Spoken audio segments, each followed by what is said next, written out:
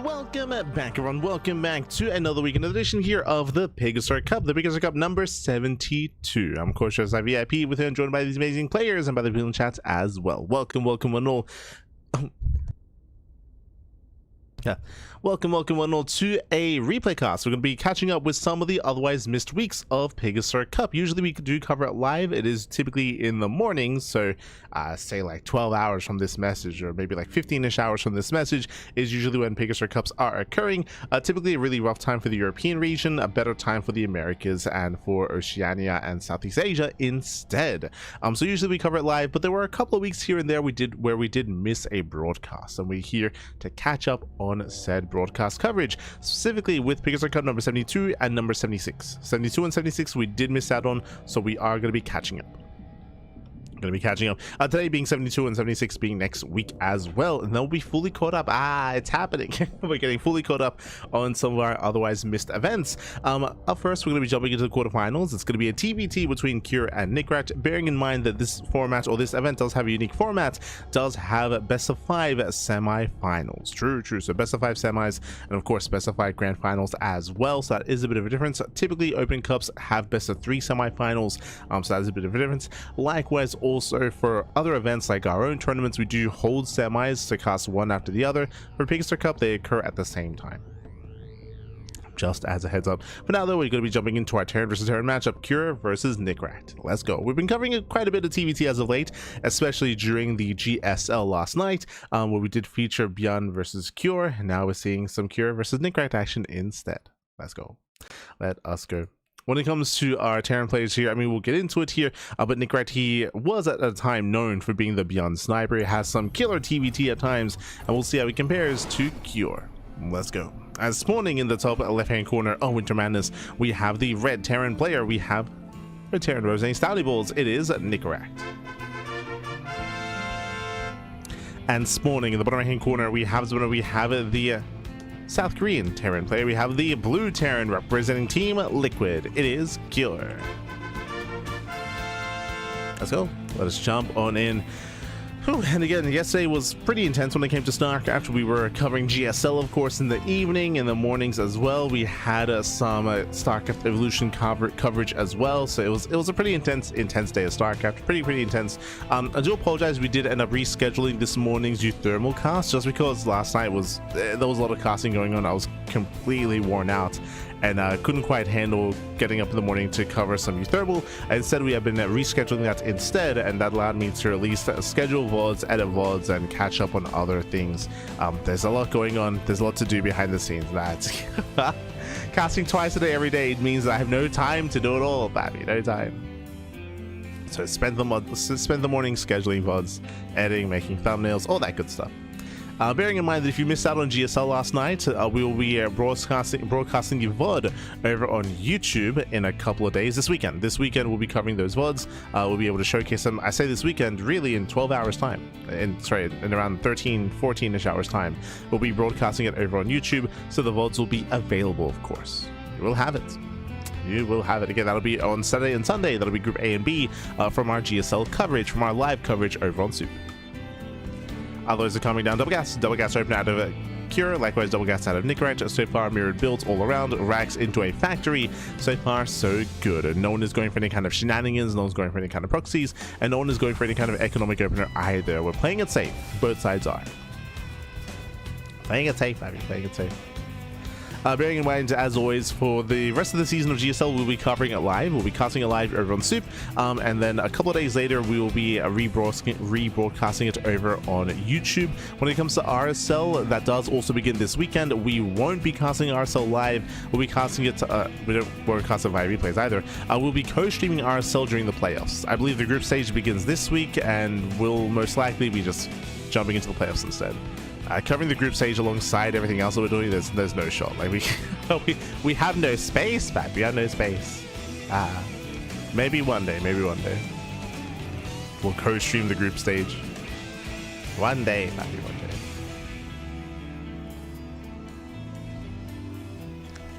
You need to sleep between series, Pappy. Oh no, I know. Did anyone know when the GSL Round of 12 Group C is on Soup? There is no Group C. A and B were casted this week. There's only 2 groups. Only 2 groups. Yeah, it's all good. All good. But if you're curious about next week, which is the round of 8, next week, which is Group A and B round of 8, that'll be over on Soup. That'll be midweek. That'll be midweek.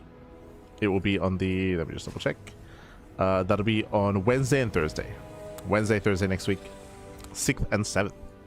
That'll be the round of 8, second group stage. Group stage 2. But yeah, unfortunately, GSL this season is a bit smaller. It's only round of 12. If it was a round of 16, then it would mean more groups, of course, but only 2 groups. As now the initial Reaper Heli does back in, gets into the middle line, not bad, gets 1. Does pick up 1 SCV. Heli volley is going to be going up. Ooh, Nickrat, he does line up, he does take some extra shots. And Nickrat, he does bleed out both Reapers. In the end, Cure, he will get away. I believe better trade for Cure here. Yeah, Cure, he'll bleed out 2 Reapers and 1 Hellion. Meanwhile, Nickrat, he will lose 2 Reapers, a Hellion, and an SCV. So, slightly better trade here for Cure. Slightly better. In a mirror matchup, I mean, hey, that's everything. Bearing in mind, we had mirrored builds. Behind this, we do have our Raven production, tanks on the way as well for Cure.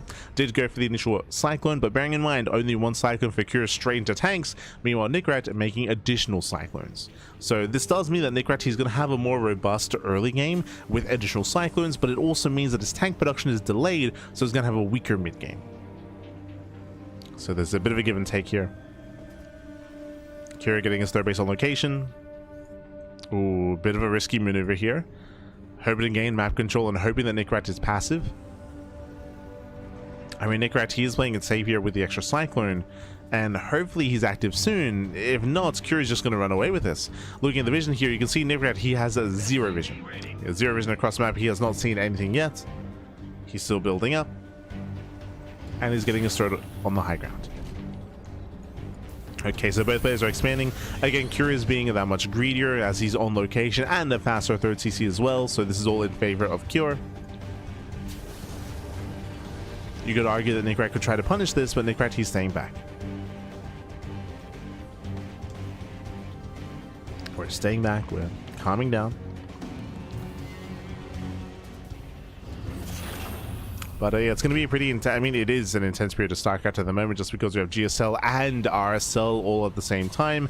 Bearing in mind that Masters of the game was also announced. It was also already announced last week. We did cover that during the podcast. So we have Masters on the horizon as well, and we have ByuN Cup also on the horizon. It's the StarCraft, it never ends, Bappy. True, true. Never ends.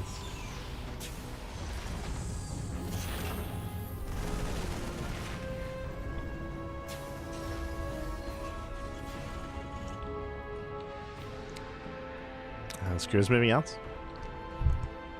Bearing in mind that Cure, again, he's the first to expand, the first to get his 3rd base up and running, and now the first to move out as well to delay Nickrat to contain the red Terran on 2 bases. And he's moving out to contain. Bearing in mind that the goal here is not to break in, but just to keep Nickrat on a lower base count and delay the 3rd. Speaking of, here comes the 3rd. Oh. 3rd base is moving in. Oh, the SCVs! Oh, pull away! Oh, SCVs, they do pull back. Handful of them will go down, losing 1, losing 2. 2 SCV kills, losing 3. 3 SCVs going down. The CC does take a lot of hits. A 4th SCV does fall. And you see the tanks pushing forward. They're getting within the range of the CC. Yeah, it's now within range. Oof. Tank shots actually on the add-ons. Army does stim in. Master stable, very nice disables. Army stims in. We have the counter auto charge, but it looks like Nickrat will clean up. He'll clean up, he'll clean house, take down every single tank. Oh, it's going to be close, but just barely. Yeah, just barely takes down the final tanks here. It was a messy trade, very messy. Whew. But Nickrat holds. Nickrat, he does hold on. Looking at the trades here. Oh. Nickrat, he was able to bring down all 4 tanks. Cure, likewise, able to bring down all the Ravens at least.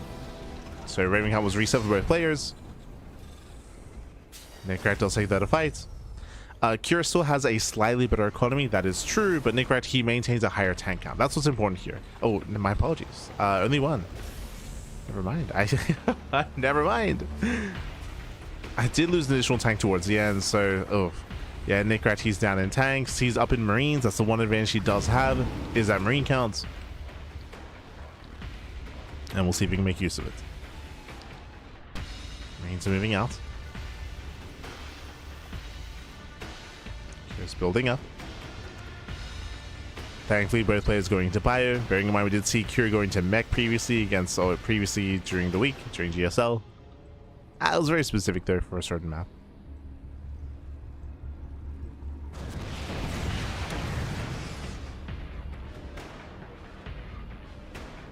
Banshee is turned away.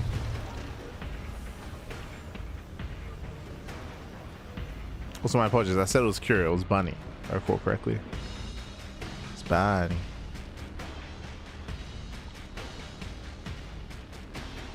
All these Terran players.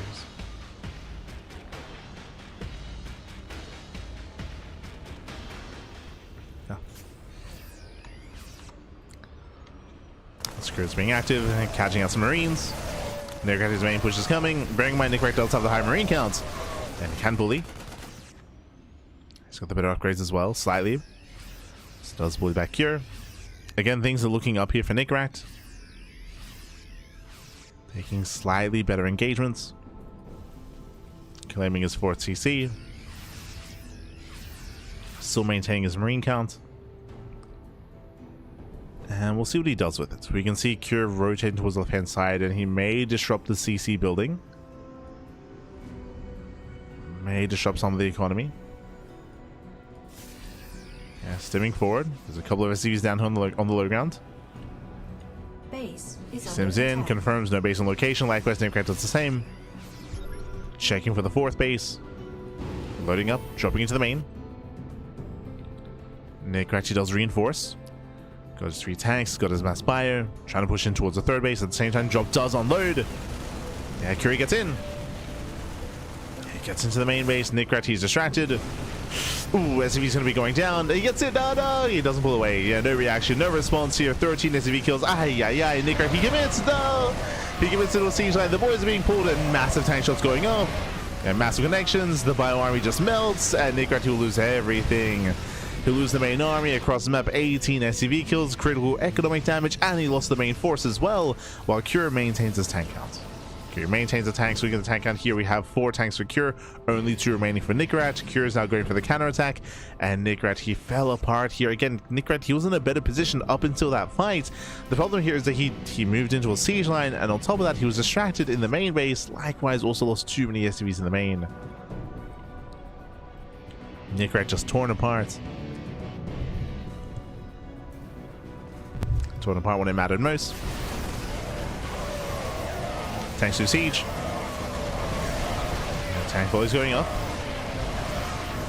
Vikings, they've yet to land. Yeah, they've yet to land. Would you see Nickrat does hold the line? Better engage here for Nickrat. He's holding. He's able to hold on. He's able to engage ahead of time. True. Oh, some free medevacs. Not bad. Gets 1, gets 2. Very nice catch. Okay, we have that back and forth. Curie still has had the better economy here, but Curie's also bled out a lot of units now. He's bled out some medevacs, marines, handful of tanks. We're getting messy. We're getting very back and forth here, where initially we have Nickrat with the lead, with the advantage, and then he does lose it, so then Cure takes it, and back and forth, and Nickrat, then Cure. Has been messy. Now, when it comes to any kind of big power spike here, we have a big 3-3 timing. 3-3 is going to finish up soon, and there's going to be a window in time where Nickrat has 3-3 over the 2-2 of Cure. That will help. We have 2 more starports on the way, so going to Mass Viking, going to eventually more Ravens. That is the hope. So Nickrat is fighting for map control, sorry, for air control.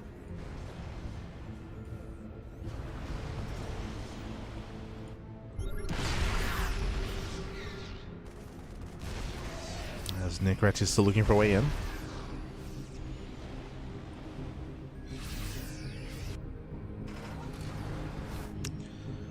He's looking for a way in. Still sharking around. Likewise, so is Cure.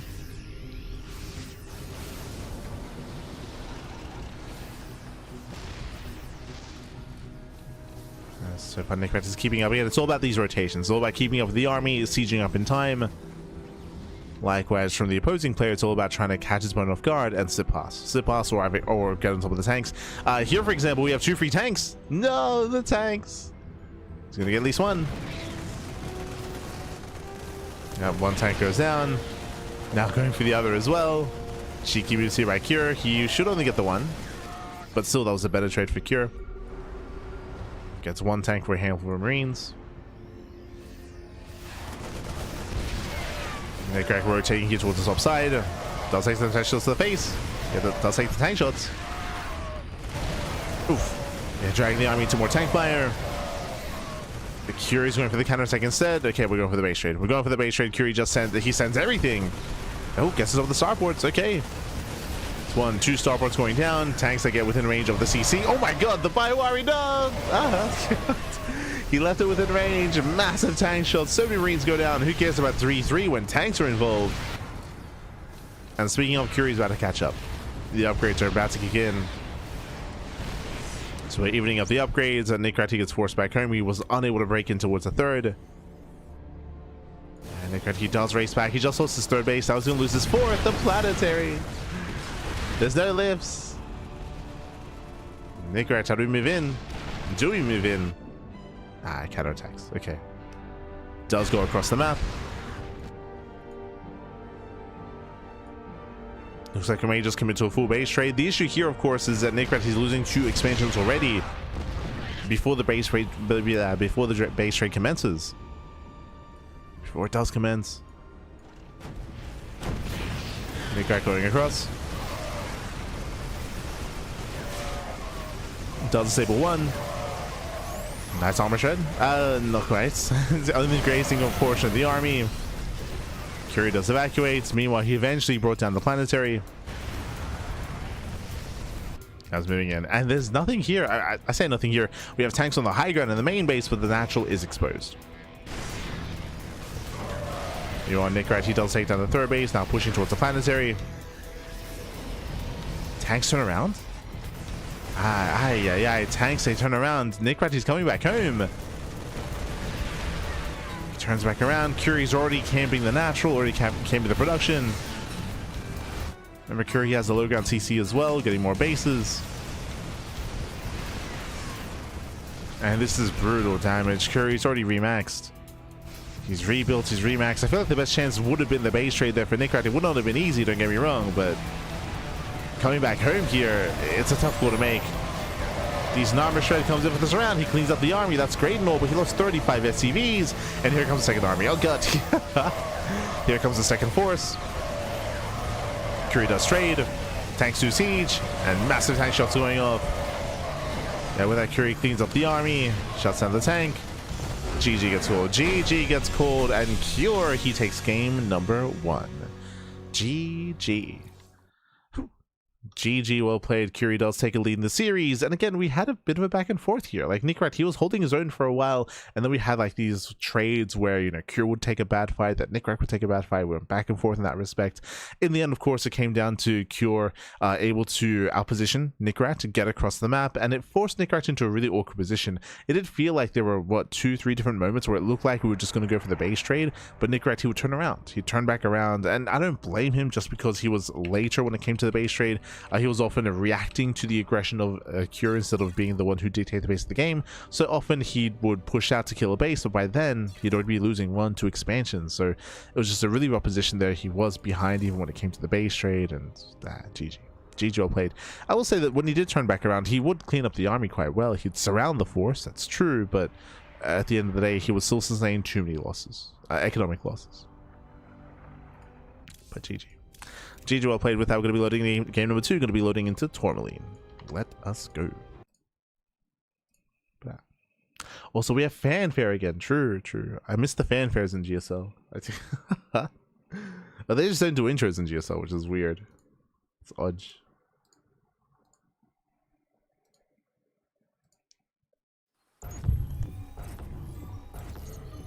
So chat, Cure has too much experience for Nickrat. I don't think that means much here. I mean, if you're referring to like potentially making certain decisions when it came to the base trade and that kind of falling by the wayside and that hurting Nicrat. Sure, that's true.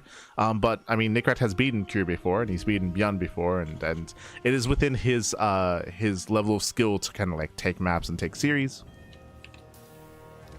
Do you want to make that clear? But spawning in the right hand corner of Tourmaline, we have the red Terran player. We have the red Terran himself representing Stowny Bulls. It is Nicrat. And spawning in the bottom left hand corner, we have his opponents. We have the South Korean Terran player. We have the blue Terran representing Team Liquid. It is Cure. Let's go. Let's go. Big hug for the quack, baby, quack. Quack. There we go. Once again, double gas. Once again, double gas opening shot Nicrat out of Cure as well. And welcome to Tourmaline. Tourmaline is a much smaller map. Much smaller map than the map pool. Aggression is more favored here. Shorter rush distance by ground. Exposed third expansion. Exposed fourth bases. Exposed area in between the bases as well. So we often do see shorter games on Tourmaline. We have seen some players try to slow things down and force out some longer games to be hybrid offensive to try to counteract that. But it can be very, very difficult. I'm reminded of Bunny, where Bunny did play mech on this very map to try to turtle, and we saw the Cure just cut right through him. Was able to just send it right down mid through the center before Bunny could even really build up with his mech, and was shut down early on. So we'll see who's able to gain momentum. We'll see who's going to be the aggressor this time. Last game, both players went into a relatively fast third. This time we're expecting a higher racks count. We're expecting more aggression here, more production. We'll see. We shall see. But now we have our factories on the way. Is going to be our initial reactor here from Nicrat. Okay, so going Reaper into reactor. Meanwhile, I believe Cure he goes Reaper into Reaper. So Cure, he will have the faster Reaper count. Oh, Cure shoot first. He does shoot first. Close, clutch. Nice move here of nice use of the high ground, I should say. Nicrat does zone away, and Nicrat does pull out. Bearing in mind, there's going to be a small window in time where Cure he will have that second Reaper. He will have that army advantage because of the reactor. So due to that reactor, Nicrat is vulnerable. Here comes Cure. Here come the two Reapers. Oh, and Nicrat is still about that reaction time. Does he react? Oh my god. Let's see if he does react in time. Hellion has arrived to help support. Speaking of, Hellion's also on there for Cure.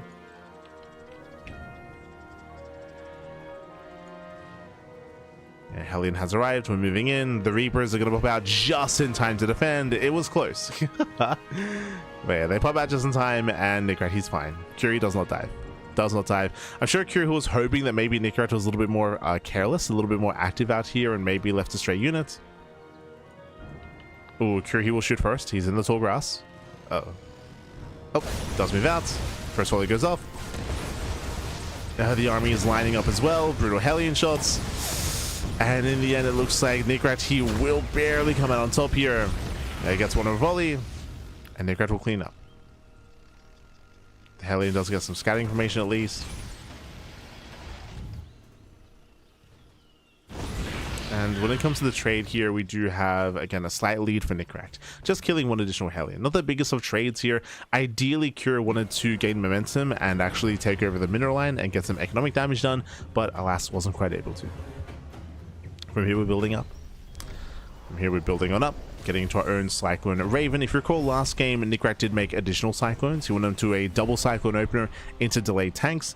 Meanwhile, last game, Cure went for the faster tank himself, and there it is. We have Cyclone into tank once again from Cure. And Nicrat does join him. Same follow-up. Here to Nicrat. Going for the tank. So we're keeping up with each other. There is a bigger lead here for Cure when it comes to his upgrade, when it comes to Interference Matrix. Bear that in mind.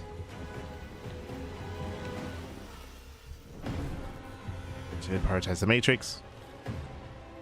There are TCs on the way.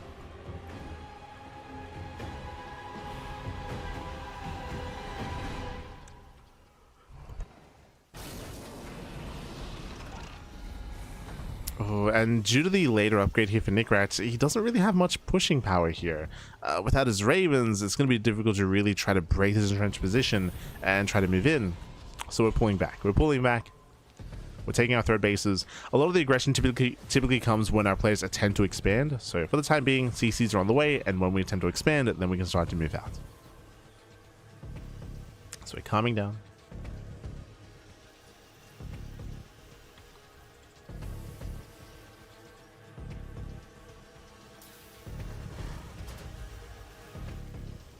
Likewise, security working towards Stim. Stim is on the way, extra Raxes, building up his bio. Again, tech-wise, it does feel like Cure is one step ahead.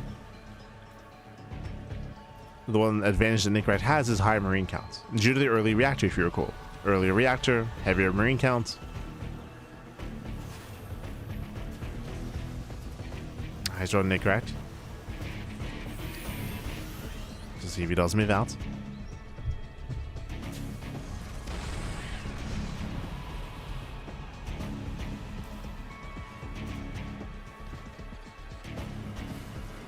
And speaking of, here he comes.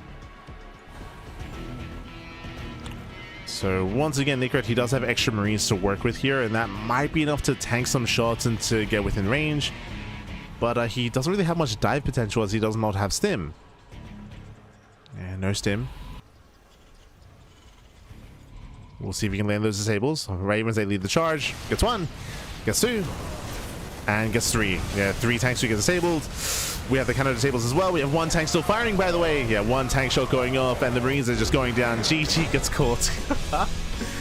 GG. That was so unfortunate, by the way. So, Nickrat, he moved in. He was committed, of course. There were 4 tanks, and he disabled 3. He didn't have enough energy for another one. So, he disabled 3 tanks, and he tried to move in. And that 1 tank was just going to town on Nickrat. GG. Well played. Ay, ay, ay. And Cure, he'll claim the series 2-0. GG, well played. Nickrat, he did overcommit. It's possible that he just didn't assume that there would be an additional tank in position, of course, further back, so he just committed anyway, and took a very, very rough fight. GG. GG. And with that, Cure does advance on. Into the semifinals, where he's going to be facing off against his ex-opponents. It's going to be another TBT. It's going to be Cure versus ByuN. Oh boy, it's going to be a bit of a rematch here. Again, we had quite a lot of TBTs last night in GSL, and we're seeing them again here as well. ByuN versus Cure, except this time it's going to be a best of 5, not a best of 3. It was purely best of 3s in GSL, but here in PiGosaur Cups, semifinals are best of 5s, not best of 3s. So longer series, potentially more matches. Let's go. Short series. Game 1 was pretty lengthy, but game 2 was very short. Game 2 was ended very quickly. GG, well played. Congratulations, Cure. Shout out to Nickrat again for holding his own. Like, I was very impressed by Nickrat in that first game. Here in game 2, TBT. Sometimes one bad fight, one wrong move can cost you the game. That is the nature of TBT. But let's go. Let us go as... Oh, okay. We're going to be featuring some of the other TLMC 22 maps. Unfortunately, this map was not a finalist, was a part of the TLMC, and I even rated it quite highly, but did not make it into the top 16. Did not make it, so we're going to be loading into Dreams and Scars. Let's go.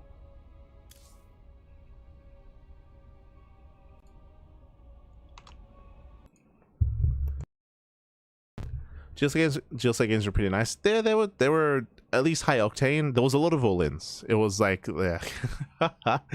that's unfortunately been the meta as of late. But we saw in GSL Group A and Group B, it was a lot of all-ins, a lot of cheese, hyper aggression, very little mid to late game. There was like one macro game, I want to say. There was like one like big macro game that we saw between the Terran and Terran in the TVTs. But outside of that, we saw a lot of cheese, a lot of aggression. And we'll see that translates here as well, as spawning in the top left-hand corner of Dreams and Scars, we have the red Terran player. We have the South Korean Terran representing Shopify. It is ByuN. And spawning in the bottom right-hand corner, we have the blue Terran player. We have blue Terran player himself. We have the South Korean Terran for Team Liquid. It is Cure. Let's go. Let us go. I see in chat, is this the finals of PiGosaur Cup? No, this is the semi-finals. Again, in the PiGosaur Cup, something that does set them apart from some of the other open cups is that their semis are best of 5s. So best of 5 semi-finals. So we're in the semis pack. in the settings. And again, welcome to ByuN Scars. ByuN Scars, this was submitted in TLMC 21 and in TLMC 22 as well.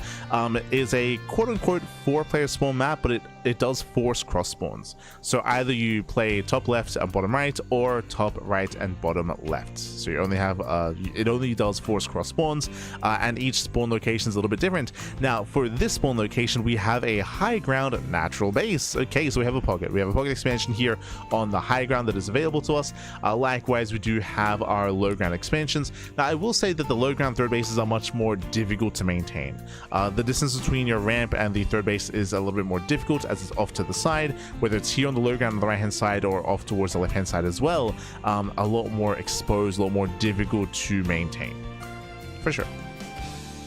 A lot more difficult by design.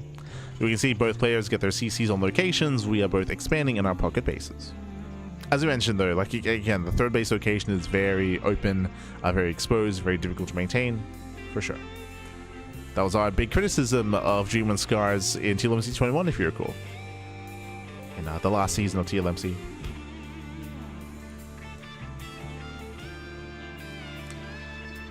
I mean, there are some pros and cons, of course. We do have the high yield gas base here at the northern third location. It is likewise difficult to really aggress upon, just because there's only one entrance currently. It does open up with these rocks. You can knock down these rocks and open up a second attack path in towards that low ground expansion. Otherwise, you can maintain the high ground and defend that location. True. Likewise, here on left hand side, the space is a little bit more secure here. I say that there are still multiple angles of attack. It's still a little bit further away distance by ground from your own main expansion, but we'll see how players open up. We'll see if we end up macroing it, if at all. We shall see. But now we have our 1-1-1 follow-up from our players. Oh, that I was not expecting. Okay, early mine. Cure. What's going on? I'm ready for it. Let's go. Meanwhile, we have a reactor to Hellion here out of ByuN. Okay, so hyper aggression out of ByuN. Hellions don't really have much of a place in TVT outside of early game aggression, early game harassment, and early game drops. Ooh, okay, add-on swap. I'm curious if we're going for the medevac or not. Add-on swap for the tech lab, going for the Raven. So a Hellion Raven here by ByuN. Again, this is designed to break into a base and break into a mineral line. At the same time, we do have Cure going for the early mine, but only singular widow mine. Interesting. It's actually here, behind the gas geyser. So blindly preparing for drop play. Blindly being a little bit more defensive. Mine into tank. And we'll see what these Hellions can get done. It's going to be a lot of Hellions. Now, the issue that I find here, as we're getting up to 6 and potentially even 8 Hellions, this is a build that, if you recall, ByuN, Maru, and Percival were playing around with. This was a couple of weeks, if not like a month, 2 months ago. It's a really heavy Hellion count, but it's a high ground wall. Like, it's a high ground main. Like, how do you make use of all these Hellions without a medevac? Like, we're not going to break through this. Okay, like, am I missing something? Like, Raven does move in. Bearing in mind there is that Widowmine in position. Speaking of, oof, Mine Shot goes off. Raven barely survives on 5 HP. Raven pulls away. We have the mass Hellion coming in, but as we mentioned, it's one narrow wall here to get to, sorry, one narrow ramp to get up into the main. Like, no shot. Yeah, now there's another possibility here. It's possible that maybe ByuN didn't know. Maybe he wasn't aware, because this map is so unique and this map is not a common ladder map. We're also kind of learning it together here. The players are also kind of learning it for the first time as well. It's possible that maybe ByuN assumed that that Cure would take a low ground expansion, or that Cure would be like at a different spawn location.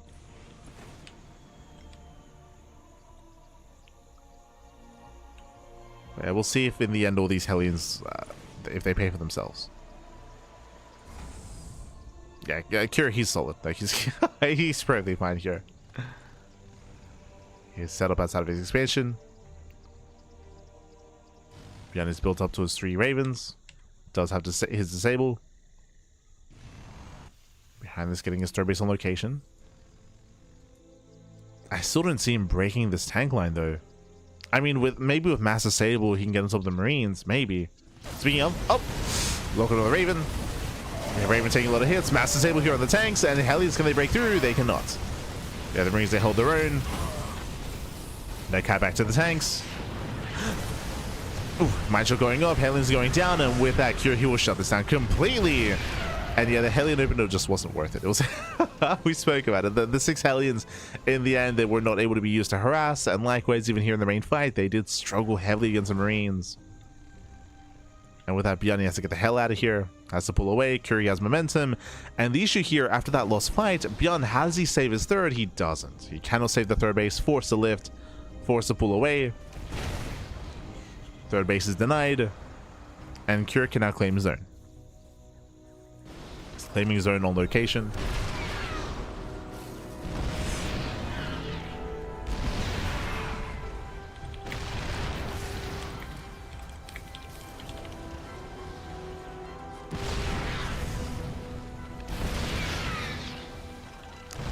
Thankfully, he's going to be going off. Getting within range of the add-ons as well. Nah, Stim. Yeah, within range of Stim. There's no saving it. Not with this Sim City. Armor Shred here on the Vikings. ByuN, he will take the trade. Will come out on top. We have to cut back to the Marines. Oof. But Stim was denied. And ByuN is hurting. ByuN is hurting so much here. Going to be zoned further away. I mean, there's no ground support either. The Marines are now coming in.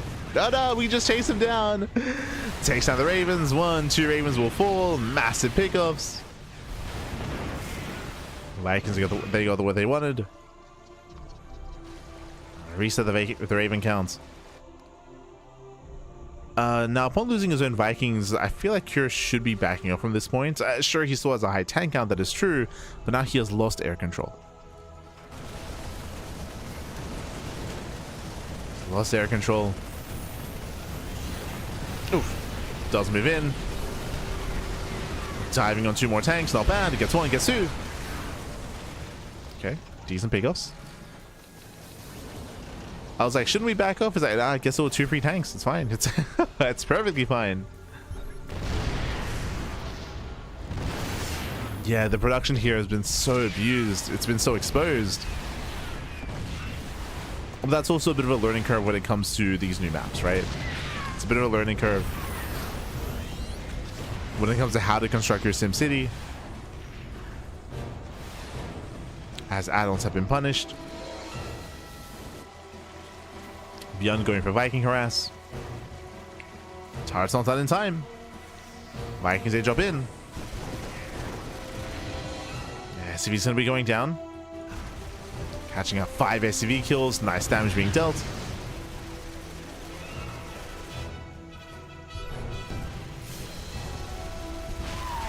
That's curious to sim in.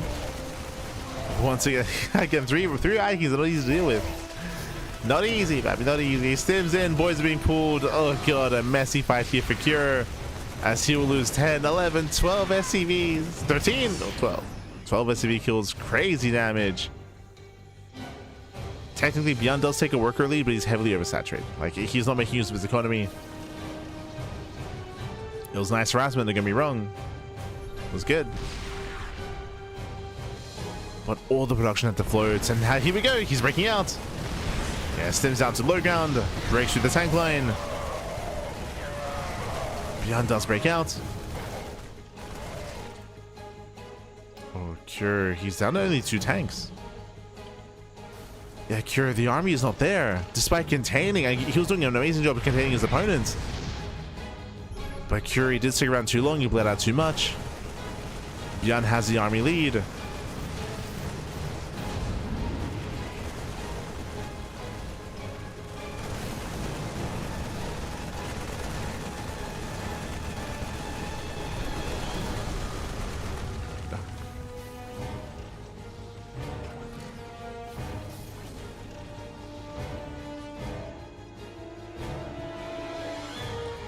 Been away from the SSU scene for a bit. Is GSL back? Yeah. GSL came back this week. We were live casting it. We were live with GSL.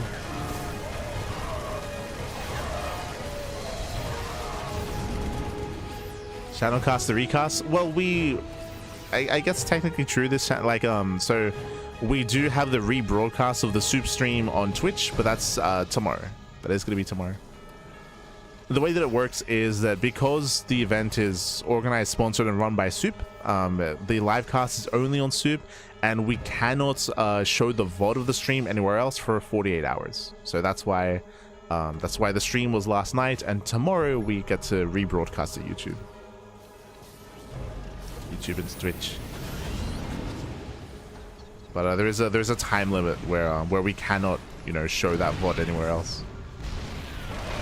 Only on Soup for 48 hours. Oh.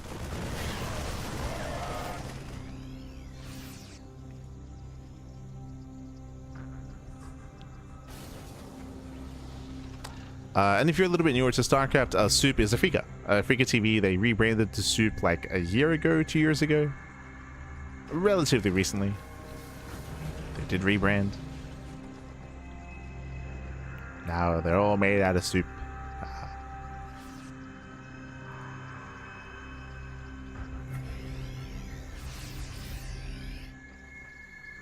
But that was, again, a relatively recent change. Cure is being active. Again, he's trying to counterattack. Alas, ByuN does shut him down. He's got a high marine count. Oh!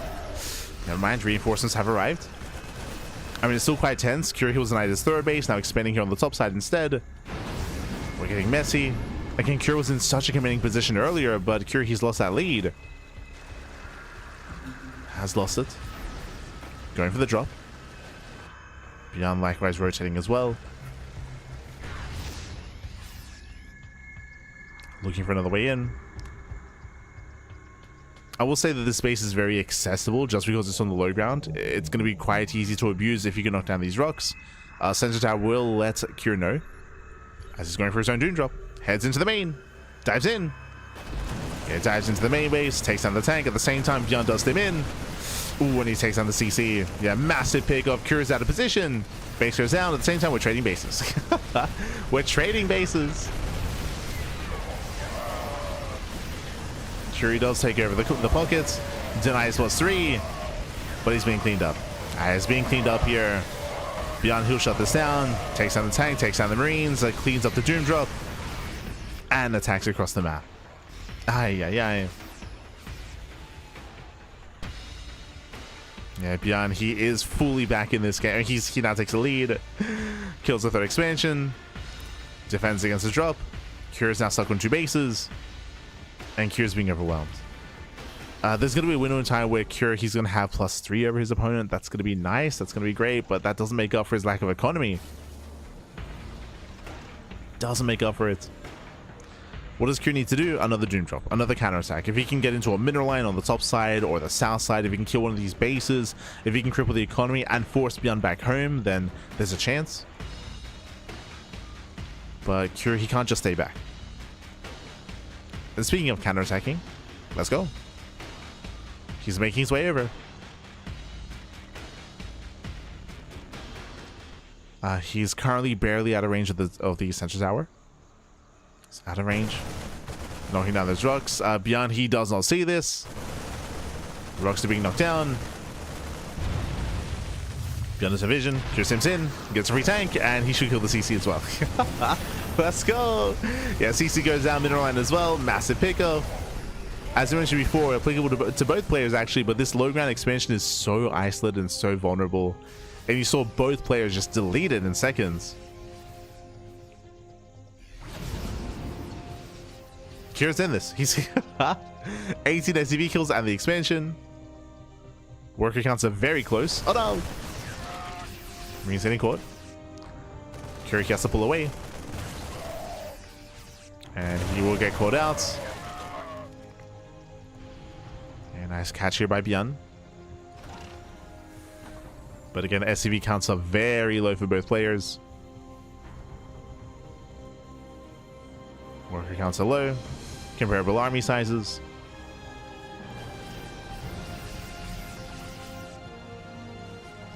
Once again, just like last time. So the game began with Cure having a massive lead, then he lost that lead. And then ByuN took a lead, and then he lost it as well. Like, oh no.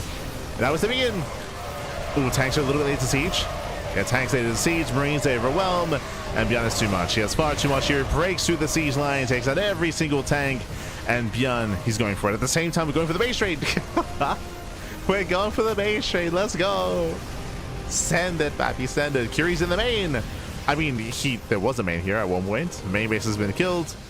Main base has gone down. Cure holding the line. Yeah, Cure has the high ground. Massive tank shots. Tank boys going up. Cure trying to buy some time here. ByuN breaks in. Johnny barely breaks in. Busts into the main base. Final tank will go down. At the same time, Cure is pushing into the pocket base. Would you have a hidden CC? True, there is a hidden base out here. There's hidden expansion. Oh, ByuN heals on A move. There we go. Does start to step in.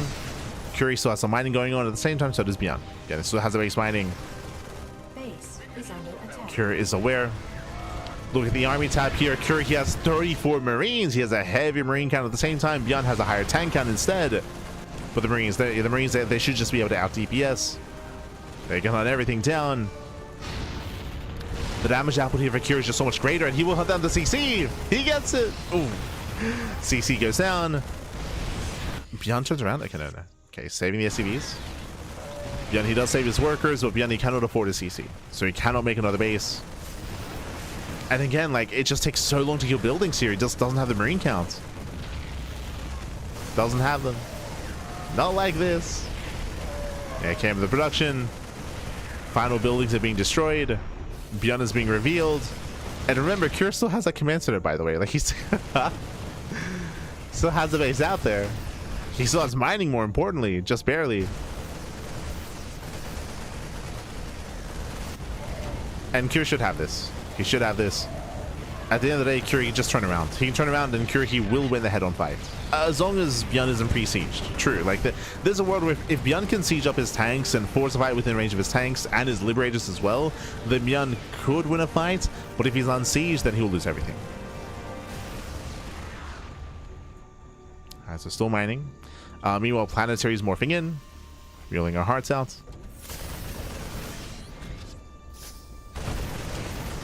Orbital attempts to get away.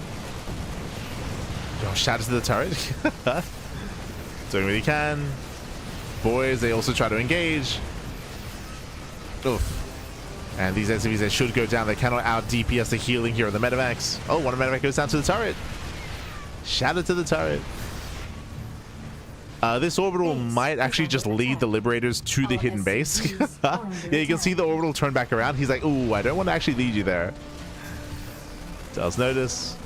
There is one ranks hidden, and Cure has to turn back around. He has to turn around. He has to fight.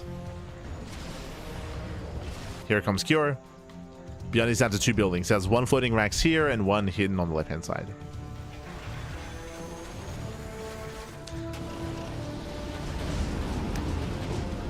ByuN jumping over. As we mentioned previously here, if ByuN can force a fight with all his units sieged up, he can win. Oh, do we stim in? Does he stim? The tanks! He does! He stims in! Yeah, tanks on siege. He gets 1, 2, 3 tanks. 1 tank really goes up. Only 1. Quick siege. Yeah, quick load. Does lift. Heals up his units. 0 tanks left. Stims in once. Oh, calm down. Okay. Calm down, Bappy. Calm down. Cuidado. Yeah, Planetary does punish. Technically, we got that 1 SCV mining. Oh no! Cure finding another angle. Again, Cure, he has double the Marine count. Sims in. Gets a medevac. Gets 1. Picks off 1 medevac. And GG. GG gets called. As mentioned, ByuN, he cannot fight head on. And Cure, he will take game number 1. He'll take a lead in the series. GG. Whew. GG. Well played. Cure, he will take the game, will take a lead. Catching up with the chats. Still knowing watching a game that is over. If we didn't make it clear, Tangle 91, so I do apologize if we didn't make it clear, but there was a way for ByuN to win the fight. As you mentioned, if he could siege up his tanks and fight with his tanks and liberators, then he could actually win the head-on fight. The game didn't securely end until we saw Cure stim on top of the tanks. Remember, he was able to stim in, and he killed 3 tanks with only 1 shot going off. That was the moment where the game did quote-unquote end, unless you're referring to like after that moment.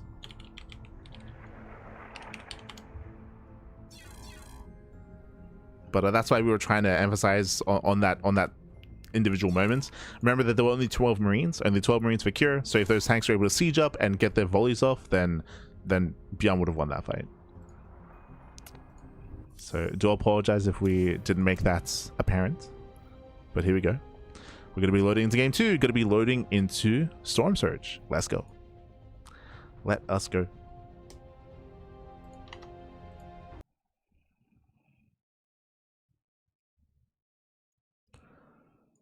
Here we go. As up next, going to be loading into another one of the TLMC maps. There's a lot to get into here. Oh boy.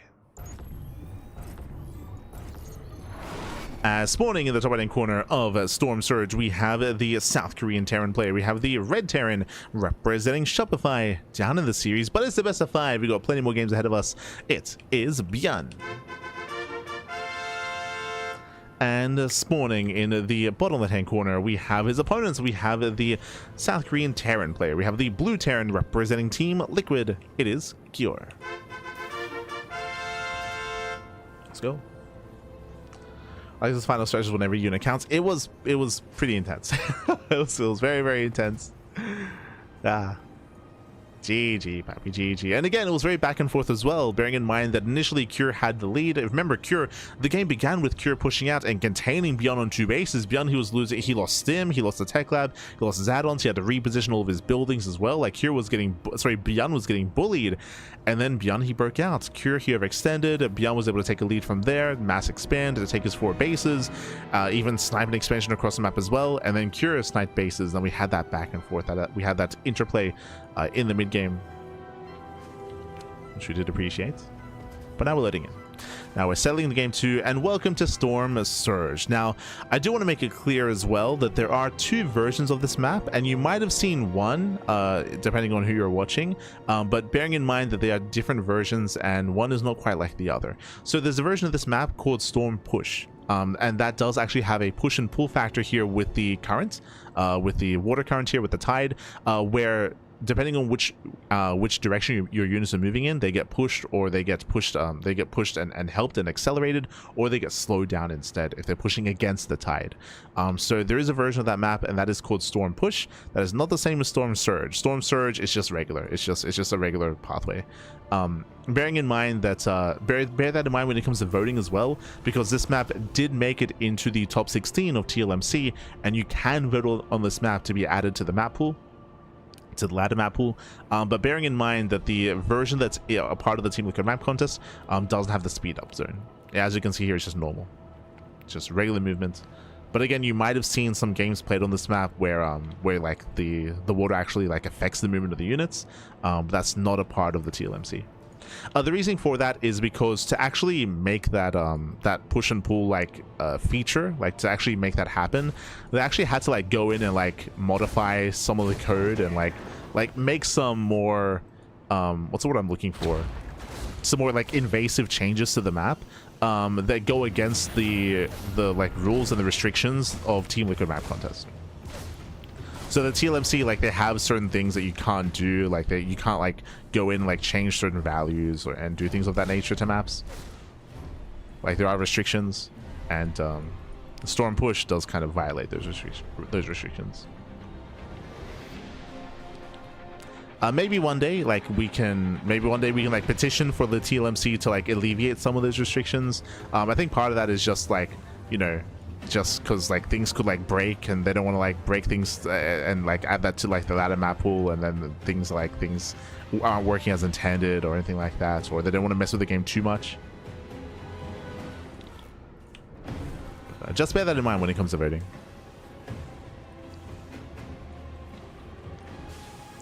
So now we did open up with our initial racks in the factory. We have our Reaper Hellion. Cure, do we line up? Oh, Hellion shots go off. Maybe I'm gonna calm down. Maybe I'm gonna calm down. Does pull away. When it comes to our initial openers here, our worker counts are neck and neck. We did have additional Reapers here for ByuN. You can see he's reinforcing with an extra 2 Reapers. So ByuN, he's up in Reapers, he's up in Hellions. There's a big commitment here going into Reaper Hellion, and the goal here for ByuN is to break through into the mineral line, and we'll see if ByuN can pull it off. Likewise, he has to be so careful not to clump up, not to add any extra splash damage. Speaking of, does dive in. It does dive in, does try to break through. And looks like he will break through the main army, getting himself the Marine. Cyclone does arrive, but a little bit too late. Yeah, Cyclone's too late. SCVs are going down. They're getting 1, getting 2. Getting up to 3. 2. Yeah, 2 SCVs and a mule. So we get some okay economic damage. Nothing game breaking here. 2 SCVs and a mule. And Cure holds. Cure does hold on.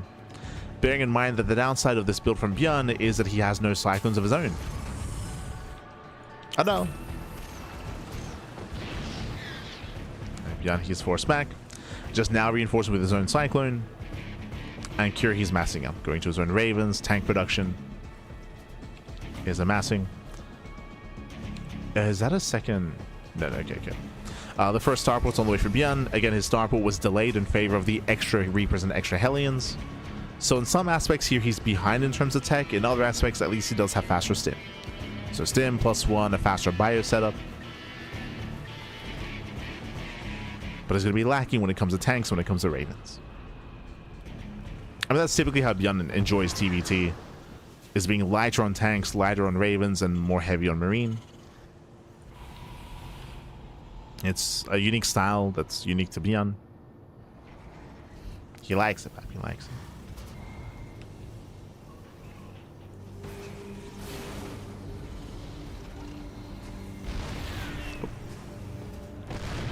Screw, let's break in.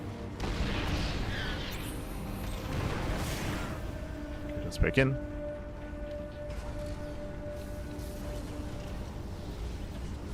No fun allowed, God. I mean, maybe they can allow for those things to be changed in the future, but at least for now, like there are certain restrictions for the TLMC.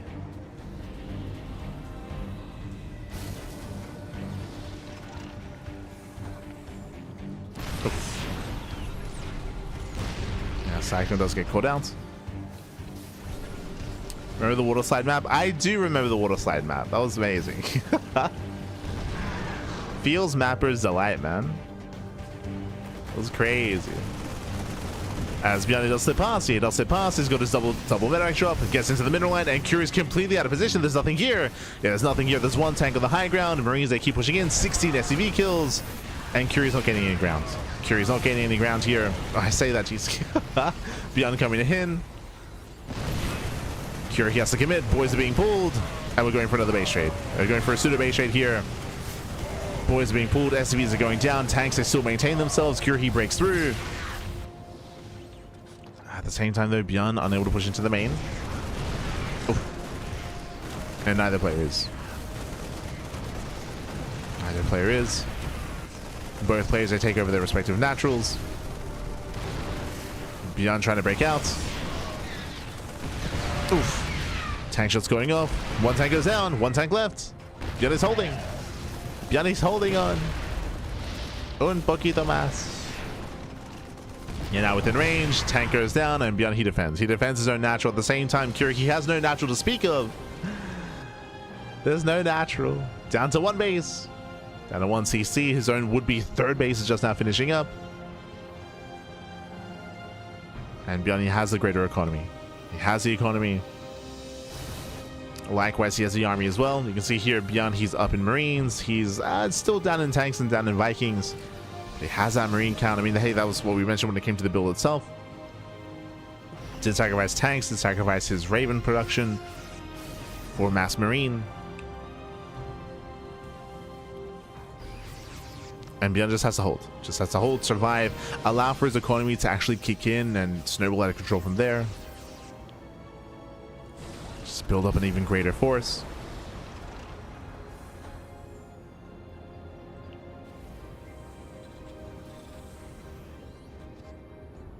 Shadow was a fun experience, but I wouldn't want it as a regular thing. I mean, it's definitely a fun feature, and personally, I wouldn't mind it being a part of the ladder map pool or being a part of TLMC, for sure.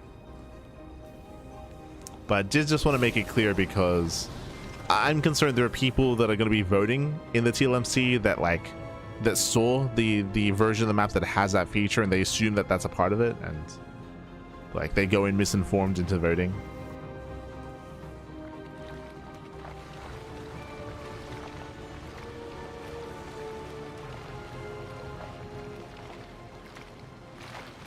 Here we go. Here we go. As ByuN is moving out.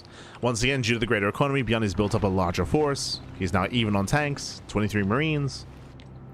Despite that, pushing into this is still not going to be easy. But he's gearing up for it.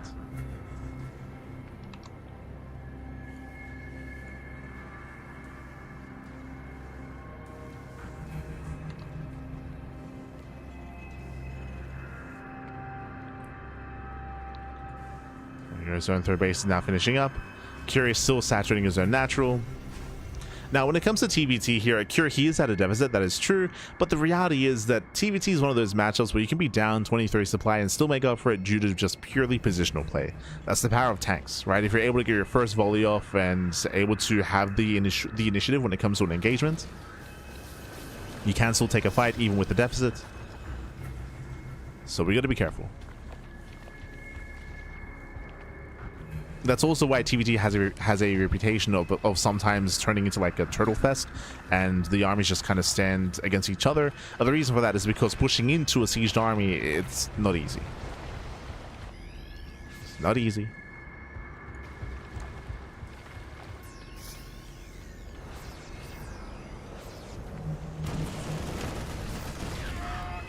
As Cure is being active, ByuN does spot him. Who has a higher Viking count here? It is even. So 6v6. Cure does have his Liberator. Ideally, with a Viking lead, the Liberator can actually bully the ground army. We're going to be sieging up. Oh, it's going to be close. And ByuN is within range. Yeah, ByuN is within range. Oof. Despite that, 2 tanks here, greater than 1. Breaks through. Does break through. 1 tank goes down. Cure pushing up the ramp here, but ByuN's out of position. Oh no!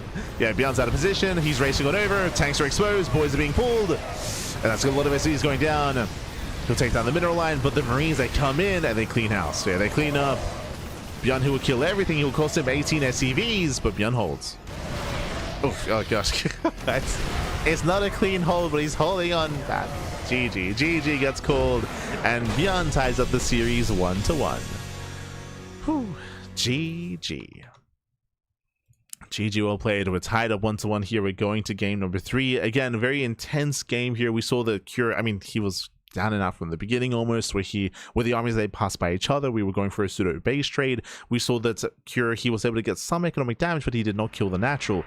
Meanwhile, ByuN, with his mass double drop, he did kill the natural base, killed the mineral line as well. ByuN took a lead early on. Cure, he still had a chance. He was able to take a fight towards the end of the game as well. We saw that technically Cure did outposition ByuN, but the heavy marine can prove to be too much. Like, the mass marine just overwhelmed, just flooded on forward and broke through the tank line. GG. GG, well played. With that, we have a tied 1-1 series, but bearing in mind this is a best of 5, so we still have plenty more games ahead of us, plenty more games to go. We still have more ground to cover. As we are loading into game number 3, going to be loading into Lumen. Okay. This was a map that did not make it into... Wait, did it? I don't believe it made it into the top 16. Hold on. I need to see the map itself. Is this Talisman 2.0? I think it is. Yeah. This did make it. This did make it into the top 16. There's a lot to get into. Yeah. As spawning in the bottom right hand corner of Lumen, we have the South Korean Terran player. We have the red Terran representing Shopify. It is ByuN.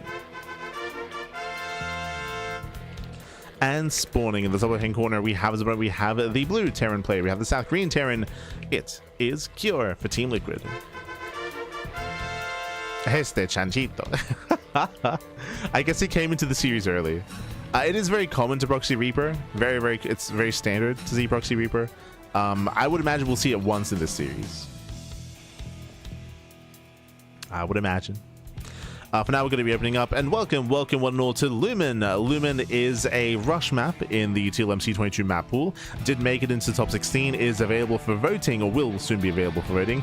And the reason why I say this is Talisman 2.0 is because it does have a lot of features that were introduced in Talisman. Talisman the map, not the board game. first things first, double gas opener out of ByuN, single gas opener out of Cure, but we do have our hybrid expansion here as a natural. You can see it's right next to the main base. There is a worker path coming down to the low ground. There's also a smaller mineral patch here that you can mine through to gain access to low ground as well, to take this expansion as a first natural hybrid base. Otherwise, you can expand on the low ground here on the top side. It's a much more open expansion, bear that in mind, but we do have a natural as well. Otherwise, if you do take this more aggressive path, you can take this hybrid base and bam, it leads into another hybrid expansion as well. So you can push forward, expand forward, and be hyper aggressive, pushing towards your opponents. Meanwhile, worker path into the main and does get a free scout. Does get the scouter. Cure getting a CC on location, does actually go for his more normal natural base. Again, economic opener, racks expand. Meanwhile, ByuN opening up double gas into a faster factory. And we'll see what natural base he goes for. We have been seeing players take their CC on the high ground and slowly mine through this and then eventually take it. Yeah, ByuN's going for it. The temptation is too good. It's too real.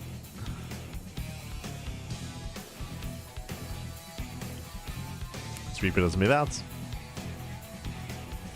Reaper cliff into the main. Cure's out of position. Yeah, completely out of position here. We can just go for the mineral line. Oh, he's going for the production. Does disrupt the production. Delays the factory. Pivots back to the mineral line.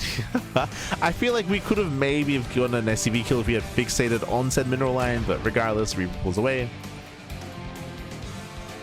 And we're building up. Aiming our command center behind this reactor Reaper Hellion, so a bit more committed here by ByuN once again. Committing harder into Reaper Hellion.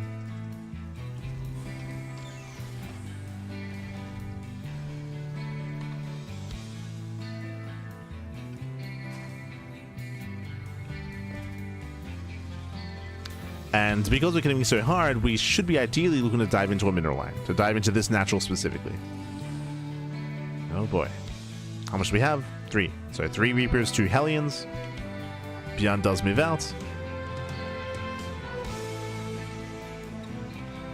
Does look to commit in. The Cyclone's only halfway done, which means ByuN, he can overwhelm. He can and he will. Yeah, dives in the army. Catching out 2 Marines. The Reaper as well. Gets into the mineral line. That's going to be 1, 2, 3 dead SCVs. Ay, ay, ay. Yeah, heavy losses here for Cure. Losing 4 SCVs. Cyclone now arrives, and we're going for more. Oh, not quite. I assumed we were going to go for more damage, but no. ByuN does pull out, does pull away, and so far, a nice start for ByuN. Catching out 4 SCVs. With that, ByuN pulls away.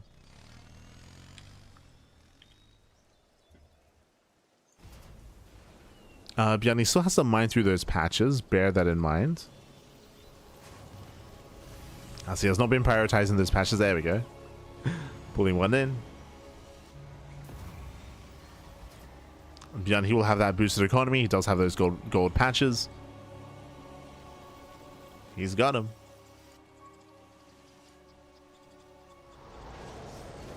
And both players are heading in the same direction, with ByuN having that economic edge. Building up our tanks, building up our ravens.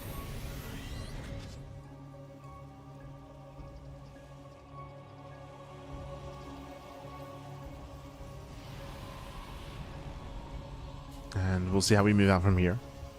Bearing in mind that ByuN can still expand. There it is. Speaking of, he's going to be expanding forward, and he will claim another hybrid expansion. He'll have so many minerals to work with here, and especially considering ByuN's preferred style of TVT, going very bio heavy and very marine heavy. This will excel, by the way, to get a heavier racks count and get into more marines.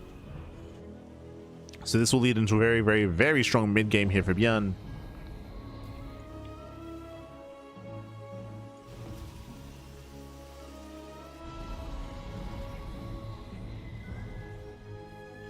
Building up said mid game.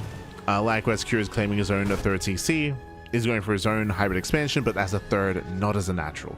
Bearing in mind as well that Cure, he has not moved out. Like, he has not applied any pressure. He doesn't even know where ByuN expanded. Cure now moving out.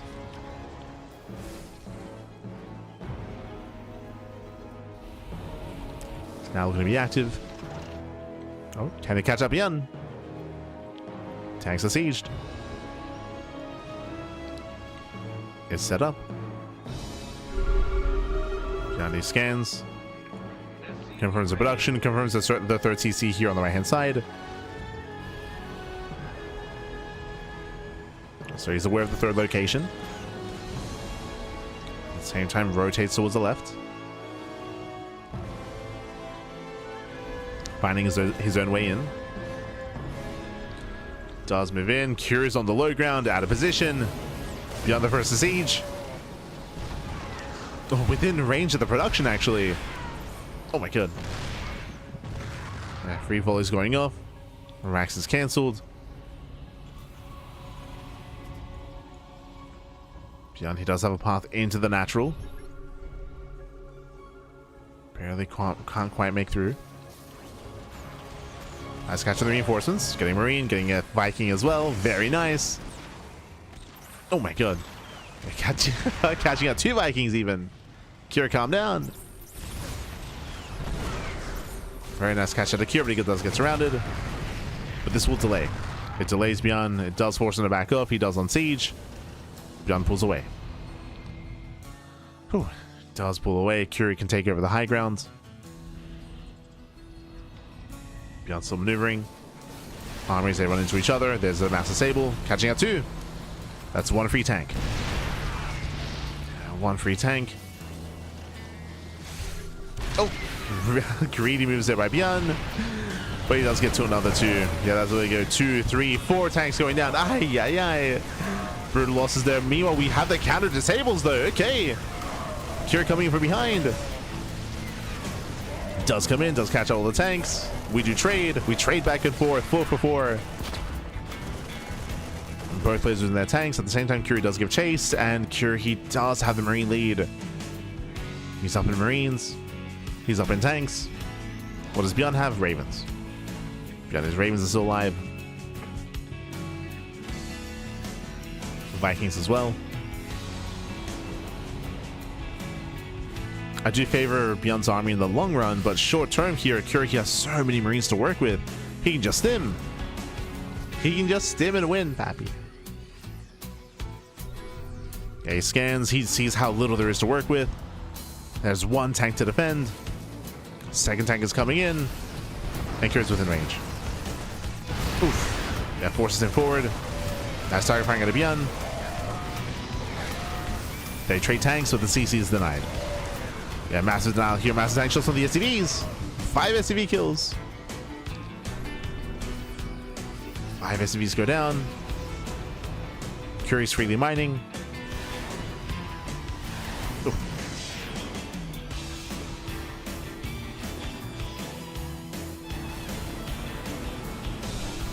He does break out. Shreds the armor. Massive connection. Sails on the tanks. And ByuN cleans up. Then it cleans up the army at the same time. Cure going for his own double drop.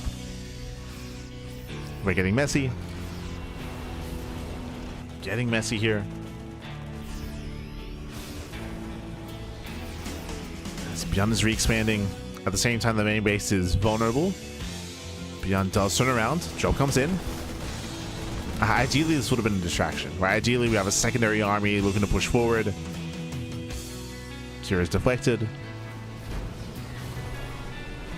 Does at least catch a depot. Oh, going for the tank even. Okay. Does barely get... No, does. He does not. The tank on 1 HP survives. Yeah, Cure picked up too soon. He picked up too soon there, so miscontrol out of Cure. Tank survives. ByuN holds. Cure, he was premature back. Too soon, too soon.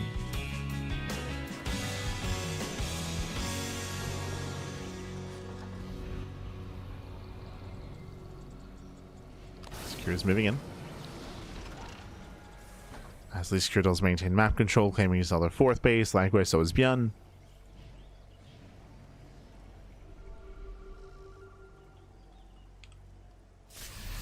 Is catching a Marine count. Oh. It's catching him with the bio. Both players still posturing. Tank Council neck and neck. Interesting that Cure, he's not fighting for air control at all. Like, there's no Vikings. No Viking production whatsoever. It's something that he is foregoing. I believe ByuN still maintains his Ravens. These Ravens, they add so much utility to these fights. The armor shred. The disables. They do add quite a bit. As ByuN is scanning the Doom Drop.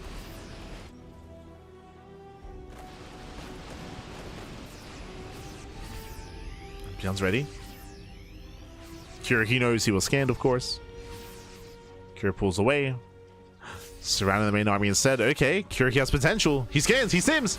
Yeah, he sims in, comes from behind, gets a mass around, and ByuN is caught out. He's caught out completely. Ay, ay, ay. ByuN out of position. Losing his main army. And we just keep going. Cure's maxed. Cure's maxed out.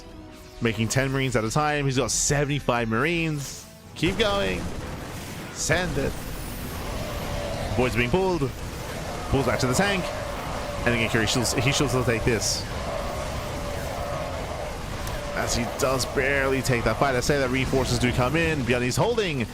ByuN does hold, does defend, but it costs him 28 SCVs. So many workers went down here in the defense. And with that, Cure takes a lead. Cure takes a massive lead. Cure is still up in army. He's up in economy. Impressive that ByuN defends there, but at the cost of his mineral line. So he had to pull the boys to tank.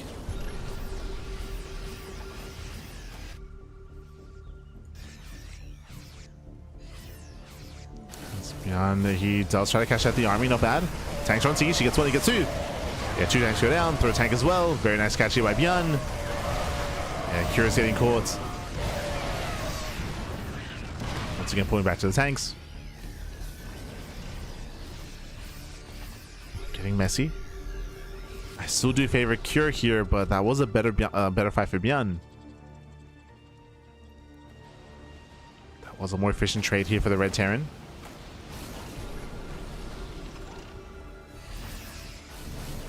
Cure still trying to break through.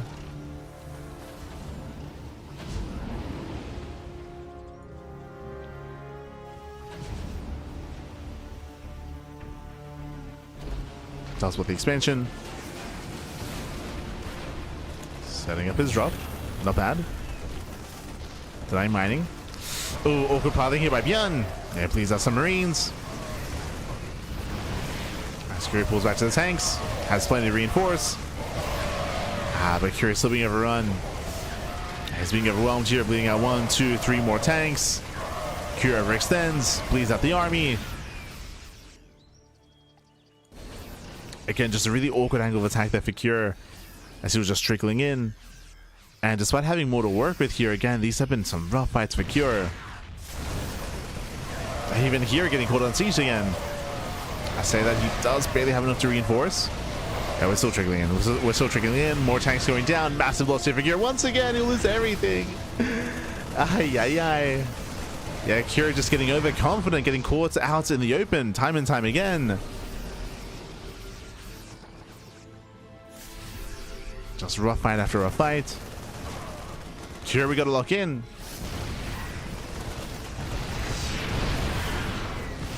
We gotta lock in, badly. And pulls back, does siege. Whereas ByuN rotating over, does find a tank.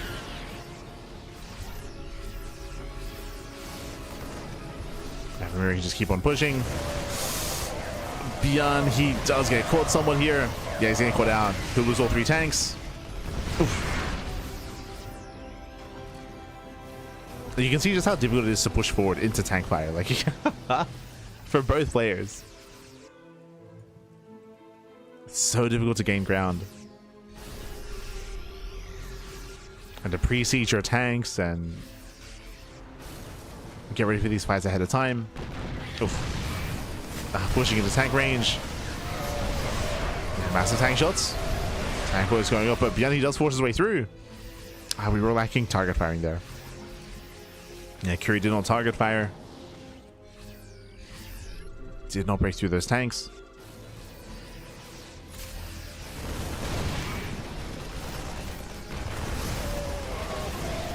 ByuN not quite able to catch a tank.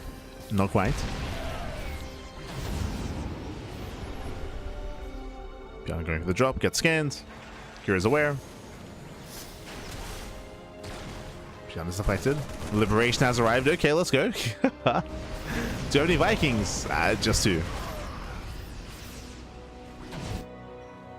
But Cure now has Liberators. Going to be forcing Vikings out of ByuN. Still going for the Doom Drop, actually. Okay. Still going for it. Still setting up. Okay, going for the natural. Army is somewhat in position. Cure can react, and he will. Okay, Sims on over. Does it the CC. Nice lift. Cure moves in, and Cure, he will clean everything up here. That means they do get away. Some of them do at least. And ByuN, can he keep this going? Curie's distracted here at the natural. ByuN moving into the bases. Gets a tank. Now, I assume that ByuN was going to be pushing towards the top side here. We have so many expansions for Cure. They're all on their own. They're all isolated. Drop back in. Get some tanks. Not bad. 1, 2 tanks go down. Oh, no, ByuN! A little bit late to react. Yeah, later to respond. Meanwhile, 7 SCVs go down across the map. Cure does 9 mining here at the southern base. Shouts the Liberators. As ByuN's drops being cleaned up. Bleeding off more supply. ByuN pushing forward. Once seeing Cure complete that position, he's here outside of his 4th base. Yeah, completely out of position. That's what, 3 maxes. Production's exposed. Cure stuck on the low ground. And again, just completely caught out. ByuN started stepping in, pushing in towards the main. Are there any tanks here in the main base? There are no tanks. Oh no. Yeah, 0 tanks. The main base is completely forfeit. All of the production's going to go down. 2 tanks just now pop out. Okay, tanks to get away. They barely get away at the same time. Cure's going for the base trade, but he's so late to the base trade. It's too late. It's too late, Bappy. As moving in towards a hybrid base. CC still going down. Cure going bottom left, which means ByuN his main base is still it's still viable here. He can still make a stand. He's got his main.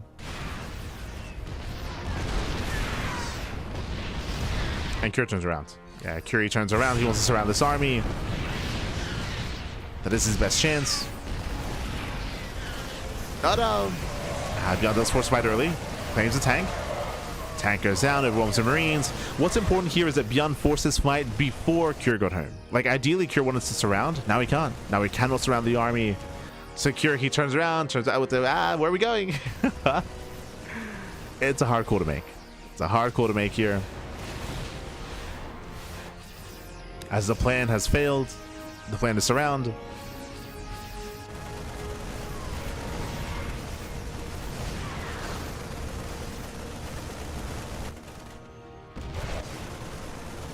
Again, Cure trying to find a way in. At this point, it's too late. Okay, Scandals with the bases. I mean, Cure still has 3 bases mining. That's true. Still has no economy. Still has production. At the same time, ByuN is only on 2 expansions himself. But Cure is heavily supply blocked. And speaking of supply block, we can kill these deepest as well.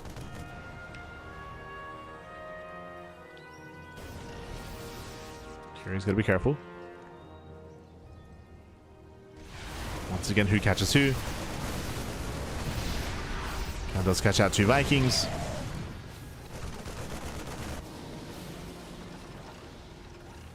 Cure currently at least no longer supply blocked. His production is getting back up. He's rebuilding his production. Gas is just now being taken. As this will supply block Cure. Stuck at 117.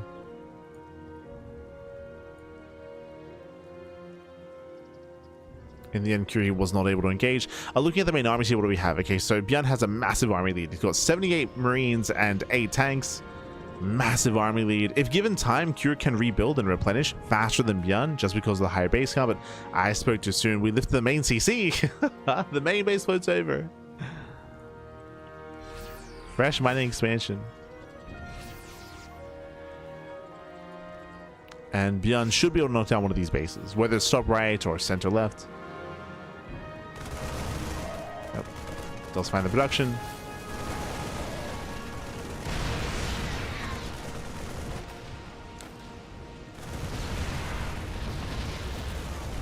Here, setting up the flank. For now, it's distracted. Planetary is going to fall. And I speak up. And Cure, how do we engage? What's the plan? Where are we going? Trying to go back and forth, a little bit indecisive. I mean, there's no easy way to engage here, especially into these pre-siege tanks. Does what the unsiege, okay? Is under attack. This is Cure's moment. He's coming in. He stims. He wants the tanks. He wants them. Oh, he cannot get them though.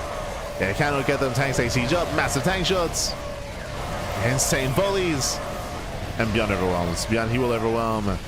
I say that he'll lose all these tanks. His first army does crumble, but ByuN, he has a secondary army building up behind this.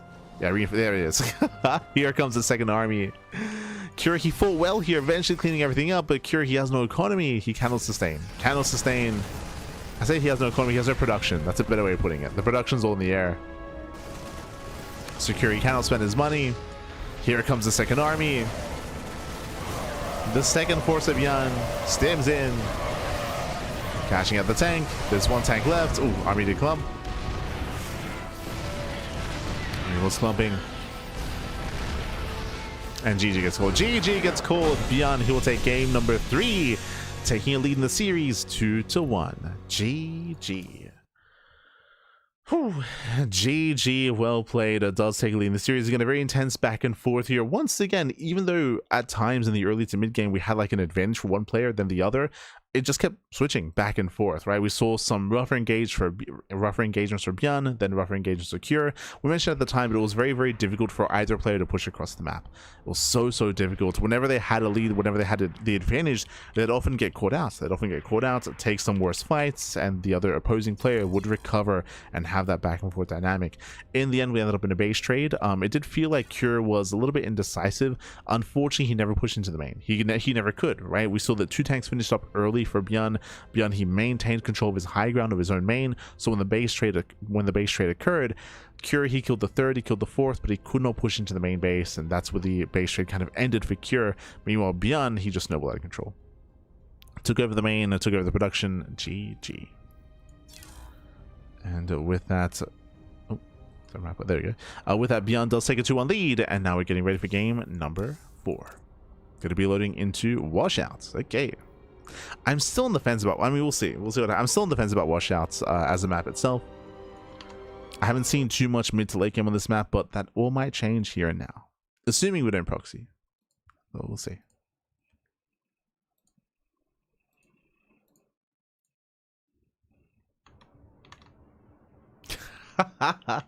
Este Avex back. Yeah. What time is it at Avex? What time is it? I'm gonna predict 4 AM in the morning. Get some sleep, you animal. But there we go. Spawning in the right hand corner of washouts, we have the South Korean Terran player. We have the Red Terran representing Shopify, leading the series 2-1. It is ByuN. 3:38 AM. Oh my god. Get some sleep, Pap. Get some. Hi. And spawning in the bottom hand corner, going for the proxy, 2 axes. 1, 2 SCVs get sent across the map. We have the South Korean Terran player. We have the blue Terran for Team Liquid. It is Cure. And the trend continues. I've still yet to experience a mid to late game on washout. I've yet to experience it. It just hasn't happened. It's never gonna happen. God damn it. As Raxes have been thrown down, and ByuN, we are going for a more economic start. Oh boy. So things are looking up here for Cure. Cure again going 2-Rax Reaper, setting up his 2-Rax Reaper, and ByuN is going for a Rax Expand. Economic build here by ByuN, going for a faster CC, going for a later gas, and going for a later factory. This means that ByuN is going to be vulnerable. He's going to be vulnerable. There's going to be a window in time where if ByuN, if he reacts a couple of seconds too late, then the game can just end. The game can just end. Essentially, what do we have to do here? One, ByuN, he's not going for the SCV scout. I believe with his first Reaper, he should be checking the nearby proxy location. He might check with the SCV as well. The moment that he realizes something is wrong, he needs to pull back, pull away, preserve his Reaper, make sure he doesn't lose it ahead of time. Get ready to pull the boys to protect the factory and to get that factory up and running, get the Hellion up and running as well. But now there's that CC on the low ground. Again, ByuN is yet to confirm anything. You can see the rally though. Yep, there it is. You can see that first rally with the Reaper is towards a proxy location. This is very common. It's very, very common here, and ByuN will find it. Assuming he doesn't re-rally. No! he re-rallied. ByuN, you were there. You were checking. Por favor. He might still rotate back to the left-hand side. He's checking the right. He's checking the right-hand side instead. He does check the right-hand proxy location. Now moving over. SCV thankfully will give him a couple of seconds to react. There we go. Now he knows. Now he does know. Now he's aware. There's a cancellation. GG. Yeah, GG, well played. He was going for the reactor. He was going reactor as well, so only one Reaper. GG, no defense. And with that, we're going to the ace match. Ay, ay, ay. GG, well played. Again, very unlucky there for ByuN. ByuN, he was rallied to scout it earlier on, but no, he did re-rally his Reaper. Likewise, he went Reaper into CC on low ground into Reactor first before getting any additional units. He had nothing to defend. GG. That's TVT. That's GG, well played. The Gamba did pay off here for Cure, and now we're going all the way to game number 5. Let's go.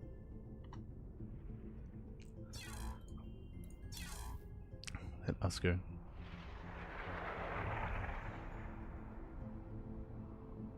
TVT on the patches map. True. Not like this. I mean, to be fair, that's TVT on any map, okay? Don't think that that ByuN, Cure, Maru, Bunny, and the others are above proxy 2-axing on any map. They're animals. No. They're all animals. As we are getting ready here for game 5, the final game of the series, we're loading into the ace match. Let's go. We've made our way all the way to the final game of this best of 5, and spawning in the bottom side of Mothership, we have the red Terran player. We have the red Terran player. We have the South Green Terran representing Shopify. It is ByuN. And spawning in the top right-hand corner, we have the blue Terran player. We have the South Green Terran for Team Liquid. It is Cure. Start giving patches a hard time. True. It's all good. But here we go. We're getting into the ace match here. Bearing in mind, this is the semifinals of PiGosaur Cup. The winner of the series will advance on to the grand finals. There's still one more series, one more matchup ahead of us here. And who will it be? Who will be that Terran player in the finals? Will it be Cure? Will it be ByuN? For now, we're opening up. Welcome to Mothership. Mothership is a larger map, longer rush distance by ground. There are more bases to check, of course, as well, as it is a 3-player small map, so there's a little bit of RNG factor to it. Cure opening up double gas, so very, very safe play here by Cure, going for a double gas opener. Meanwhile, ByuN going for CC. Goes CC first. ByuN, he does not care. He's crazy, fam. He's crazy. CC first, but it's on the high ground at least. So there's a little bit of a safety precaution here, going CC first on the high ground. Not as greedy as he could have been, but this is still greed. This is still hybrid greed here by ByuN. Likewise, does go for the Rag Swap into the Gas Geyser as well. You can see the dichotomy between two different Terran players here. ByuN being hyper greedy, Cure being hyper safe. As again, double gas means faster factory, means faster Hellions, means a delayed CC at a Cure. So because of the builds and because of the openers of choice, there's a lot of pressure on Cure to get damage done, right? Cure, just naturally because of the builds, Cure is behind, economically at least. He is behind.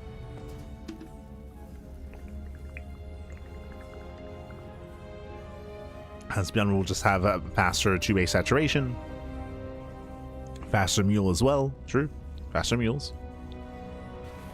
Even here, ByuN going Marine first, so he doesn't really care about scouting either. No SCV scouts, no Reaper scouts. Not concerned.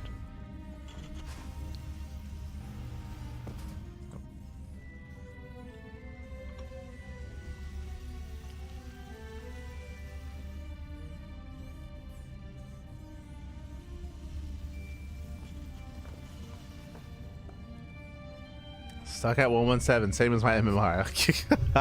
Ahí está. Why are you acting like you even ladder, Pappy? Go to hit the ladder, Pappy. Hit the ladder. Where's that replay submission? SMH my head. Ah. God damn it. As from here, Curie does move out. And bearing in mind he is yet to scout the positioning of ByuN.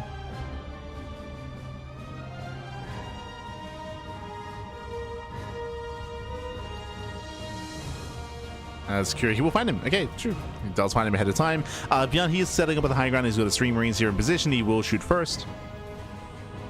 Oh no. No, Curie checks. He checks the low ground. He sees nothing. He believes that ByuN is top left. No shot. God damn it. ByuN. Ay. True, the mind games, Swappy. That's the real reason why I got the CC on the high ground. True. The mind games. He's like, what the hell? It's like, where are you? What's going on? Goes in, there's nothing here. Massive delay here on the aggression, and ByuN is able to expand. Not just that, but he buys enough time for the Cyclone. Cyclone is here, bearing in mind that if Cure had pushed in towards that southern side earlier instead, if he had gone here first, this Cyclone would have been too late. Cyclone would have been late, Marines would have gone down, and damage could have been done, but ByuN buys enough time for now that Cyclone to defend. Reapers to dip in. They have the mineral line, Cyclone does lock on, and they'll get 1, maybe 2, 3 SCV kills. Yeah, 3 workers go down, for 4 mules, sorry, for 4 reapers, I should say. Hellies is natural, still good damage though. Still nice damage, 6 SCV kills. Can we get 7? Can we get 8?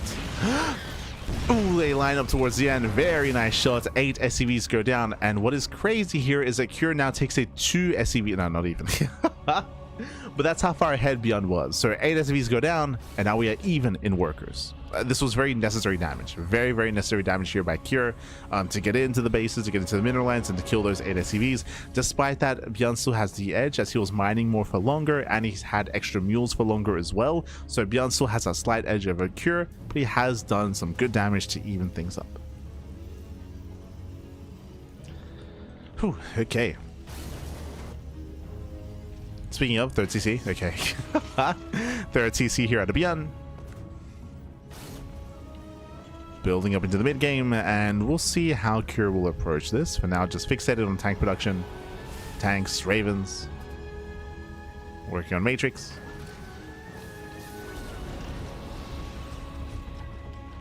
Cure does push.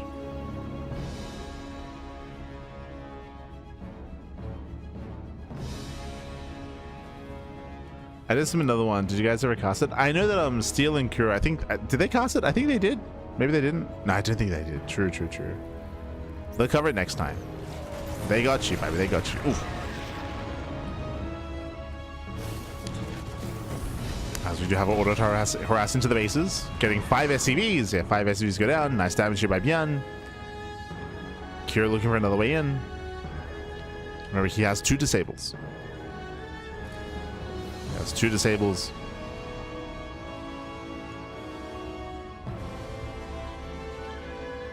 Cure setting up. ByuN going for a drop at the same time. Uh-oh. ByuN, he's not going to have much at home to defend. Yeah, there's not much at home. Cure moves in. He does spot the CC. And ByuN commits. ByuN, he does commit across. Now we're going for the base trade. Let's go.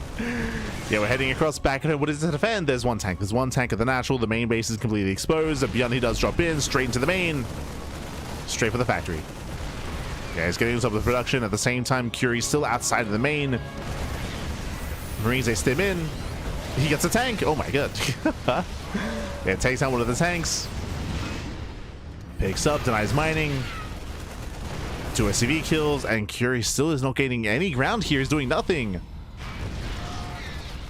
The army does nothing. No. Okay, there's Disable.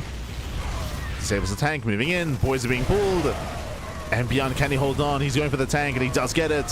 1 tank goes down. There's 1 tank left. And he gets the 2nd tank as well, and ByuN holds. It's a messy defense here, but ByuN, he will hold on. 13 SCVs go down. GG gets called as the drop of the main is not dealt with, and ByuN, he will take the series 3-2, advancing on to the grand finals. GG. Whew. GG, well played. They're both animals, by the way. How many times in this series did we enter this same situation where it was like a quote-unquote base trade, where both armies, they pass by each other and they just hit each other's bases, and then everything just got chaotic and snowballed out of control? Happened like 4 different times in 4 different games. It was crazy. But GG, well played. Again, we saw that ByuN, he dipped and he dropped directly into the main base of Cure, able to set up his tanks within range of the production and the mineral line as well. So a much more threatening position there for ByuN. Meanwhile, Cure, he pushed and he set up outside of the base. What could he really do? He was threatening the CC. He was threatening the 3rd CC and a depot. He wasn't really dealing or threatening any critical damage, so it took him longer to push in, longer to react, and longer to do anything with his main army. By the time he did, ByuN just pulled the boys. He pulled the boys, he barely held on, he cleaned up the army. Meanwhile, ByuN was never dealt with. ByuN, he was never dealt with. GG, well played. And ByuN, he will advance on to those finals where he has his next opponent ready and waiting. It's going to be a best of 5. It's going to be a best of 5 here once again, but this time a grand finals match between ByuN and herO. Oh boy.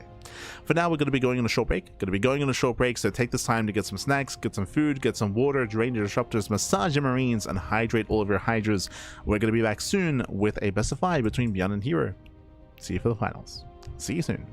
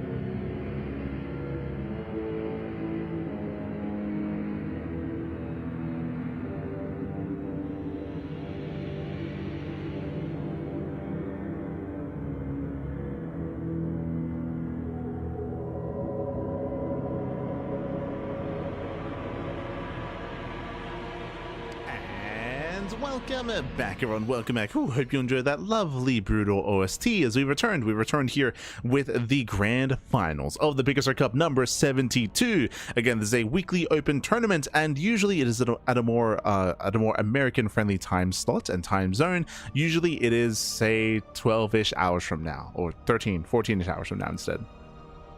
So usually it's at a little bit earlier in the day, but last we are catching up on some replays of a tournament that we otherwise missed out on. Usually we cover this live, but we did miss out on PiGosaur Cup number 72 and number 76 specifically. So 72 and 76 we are going to be catching up on via replays. Otherwise, live coverage is usually what we provide. True.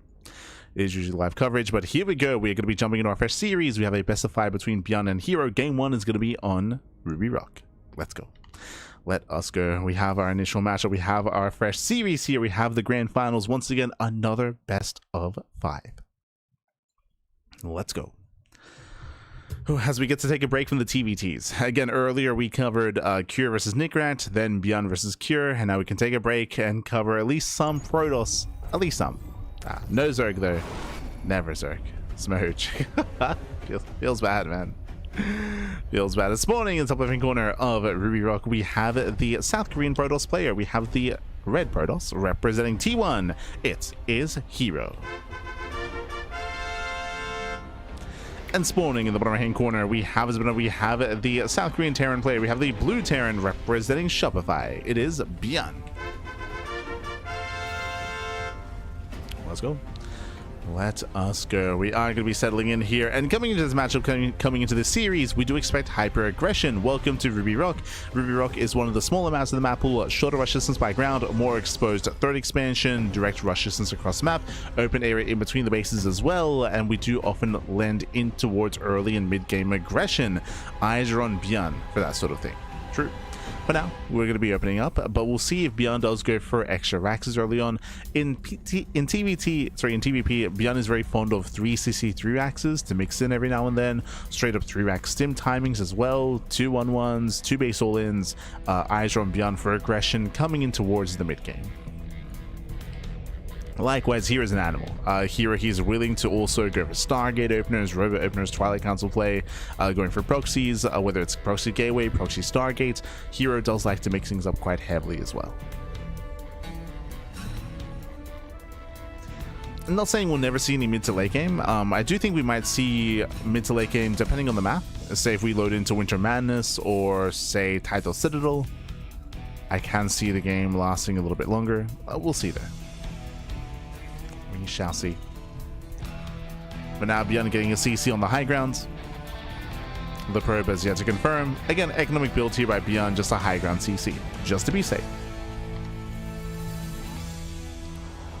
No proxy in game 1? Question mark. True. How dare they? I feel like we should see one eventually in this series, eventually. But now we're calming down. We're testing the waters, you know. Making it look like we're not complete animals. True.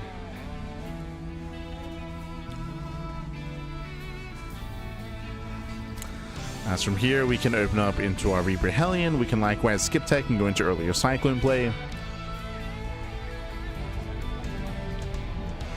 Show us what you got. As we have a tech of choice, Twilight Council opener out of herO. So Twilight Council into Blink. If herO believed that he was up against something more aggressive, then he could go for a charge-based opener instead. We see that a lot on Tourmaline, for example. Tourmaline, 10,000 feet. Even Ruby Rock as well. True. So that is in the back of my mind. Otherwise, should be Blink. Should be.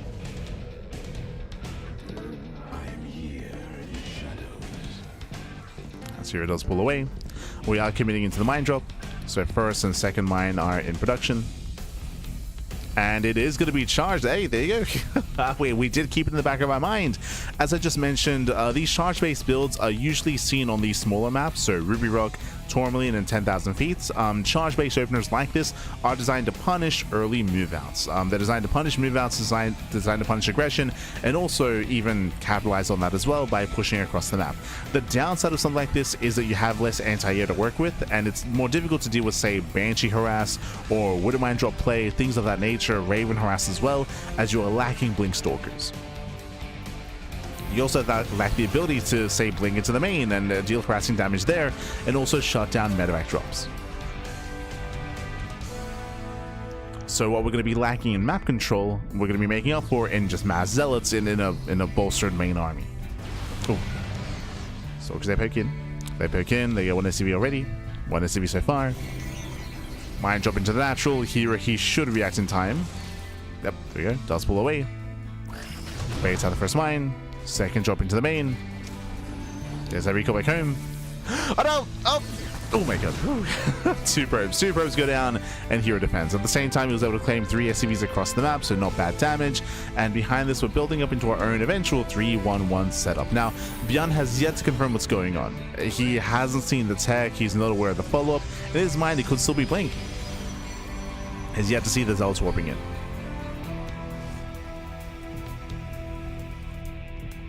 As far as I'm aware. As we have our follow-up Raven harass.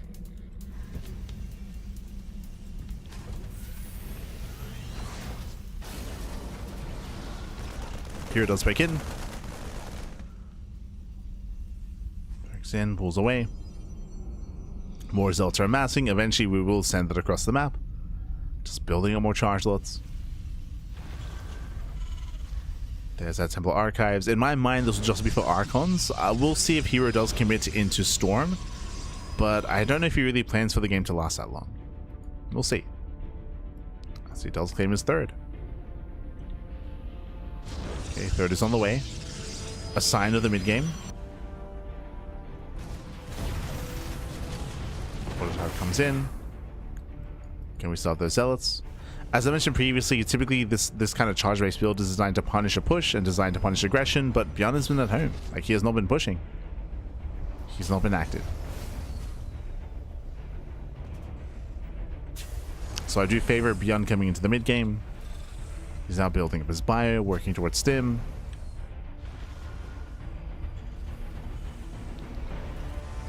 Except it does threaten a shade.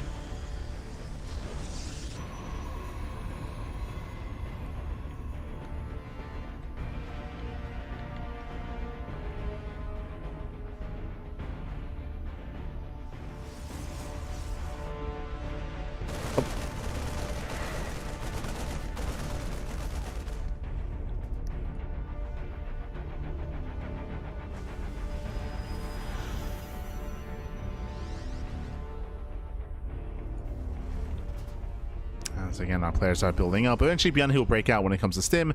Behind this, he has not thrown down extra axes yet. It's still only a 3-1-1 setup, and there it is. There's that third CC. So ByuN is building up into the mid game.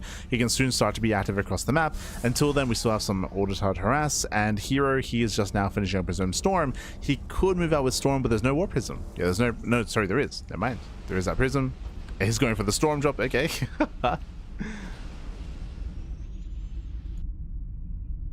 As I believe he did feedback. Yes, so not enough energy. The drop is denied. And hero has to back off. From here he pulls away. ByuN, he's now aware, of course, of the Storm. ByuN knows. And we're building up into the mid game. Okay. We're getting to a longer game state. Bay is on the way for Colossus production. Here he's just massing up. Again, in my opinion, it does feel like Hero assumed that ByuN was going to be more aggressive, and he wasn't. So, in the end, the build of choice from Hero wasn't really worth it. As it's difficult to really gain any value or get any kind of harassing damage done without your Blink Stalkers. Speaking of, Zealot run by. It doesn't really find its way in. Yada. Bleeding off 2 Zealots. Back at home here, he needs a little bit more time here for his Colossus. Second Robe is on the way for double Colossus production. Here he needs more time. And ByuN has been looking solid. Again, he's just been left alone the entire game. He's just been left alone. Built up on 2 bases.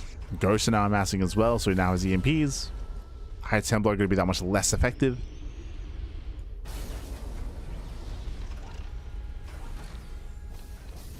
Early Ghosts. Viking production underway. Add-on Echelon complete.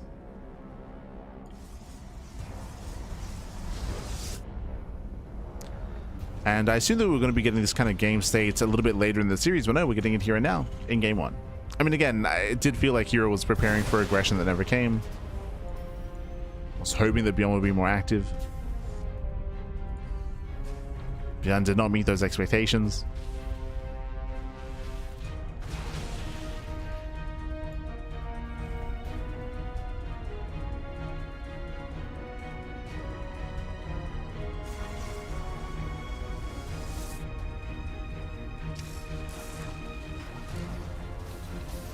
Now again, we're just perfecting, or I say perfecting, we're just building up our armies here. Now building up more Colossus. We already have 2, soon to be 4. Soon to be 4 Colossi. Tentatively here, taking more bases. Tentatively. Bearing in mind that ByuN does still have a very threatening army. Here he has not gained map control yet. And ByuN is pushing. And again, you can see how quickly you can just move out across the map. Hero's got to be careful. The Colossus are activated. ByuN turns back around. Hero's pushing forward. How many Vikings? 8. Okay, so we have 8 Vikings against 4 Colossus. Ideally, we do want a little bit more than that. So the Viking count isn't quite there. Storm's going to be coming in. Do we have an EMP? Oh my god, the tank though. Yeah, I had to look at sniped.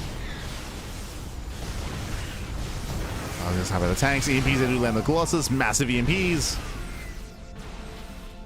But there are still storms.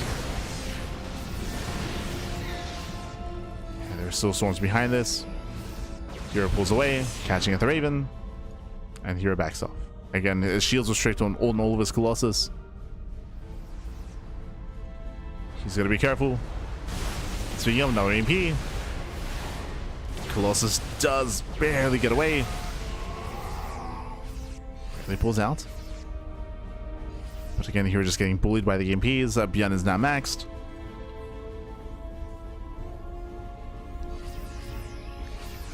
ByuN is maxed out, and typically at this point we'd see Protoss players switch into Disruptors, but so far still more Templar. So more Templar, more Storms, 10 High Templar in total. Very, very risky play here by herO, not switching to Disruptors. He's heavily reliant on ByuN not landing those EMPs. Just not landing the EMPs. It is quite risky.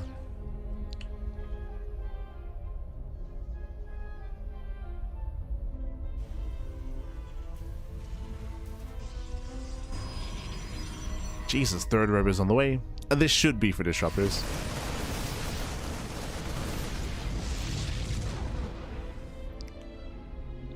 Right is denied, still very tense. We have 4 Templar with the main army. herO moving in. I'll see an opening. An EMP on the main force. We have flanking goes on the left hand side. Oh, nice feedbacks. Oof. Better snipe. Better snipe. Observer does get cold. There's 3 out Templar with the left of the main army. Still got 3 Templar. You know what? Here comes a fusion core. That should be for Liberator range. That should be for the freedom for the Liberators.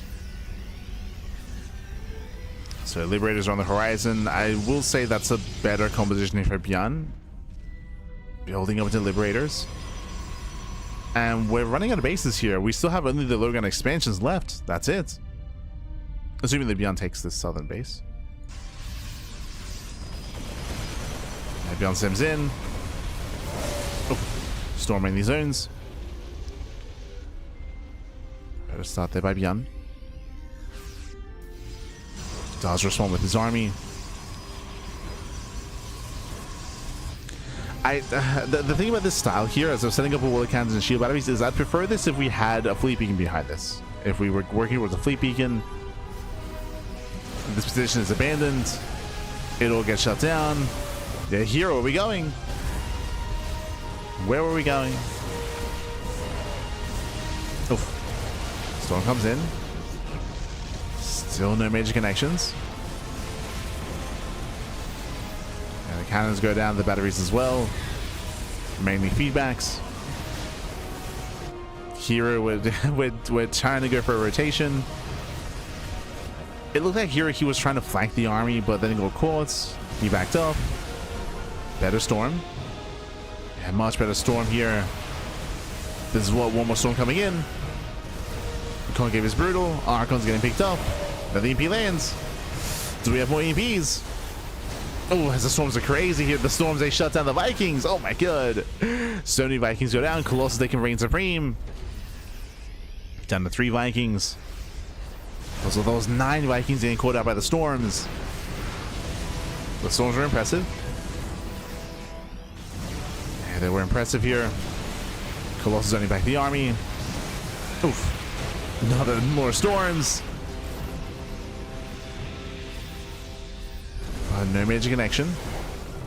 Just mainly zoning. And mainly did zone. herO rotating in. Gets onto the high ground. There's still 1 storm left. Oh, EMP lands. And I believe that was the final storm. There should be more Head Templar back at home. Yeah, the Templar further back. But ByuN holds. ByuN, he holds, he defends. Liberators are now amassing. ByuN perfecting his army. And even though herO has top right, he's not mining. He's not mining for the expansion. Same with center left as well.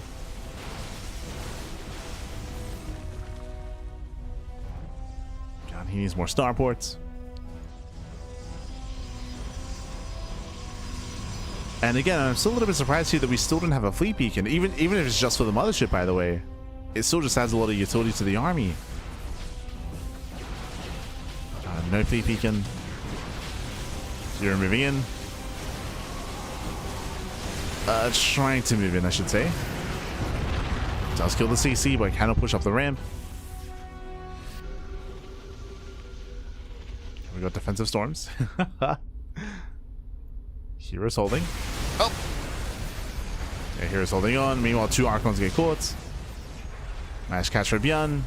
He's getting ground, and I believe there is 0. Never mind. I was gonna say there were 0 storms left, but I do appreciate that herO, he always has his high Templar staggered. There's typically like 1 or 2 Templar further back of the bases. Even here, there's 1 Templar on the top side, and 1 with the main army. So here, just keeping the spread.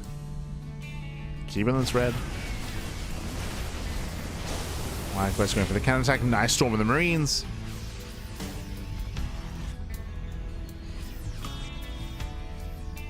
ByuN having a strong reaction to that. Army moves in. Once again, Liberators are exposed. Yeah, ByuN here overreacted. Leaves out 2 more Liberators. EMPs are coming in. Oh my god. Once again, EMPs that cover everything. EMPs are crazy. Now with that ByuN is almost out of control. He breaks the main army. He takes down 3 Colossus. There's 1 Colossus left. At the same time, herO going for another backstab. ByuN is ready. Yeah, ByuN is ready. More than ready. Nice kiting here back into the Sim City, into the choke point. Planetary does help. And ByuN is holding. Yeah, ByuN is holding on, catching at these remaining Archons. herO does hold in supply. Does have a tank, but what are we remaxing on? Still more Colossus. Oof. The snipes. Snipes, EMPs. If you remember earlier when we saw the massive robo production here, we have 3 robos up and running. I assumed we were going to be switching to disruptors, but no, that never happened. Never happened, and hero's struggling. Like hero's losing far too much.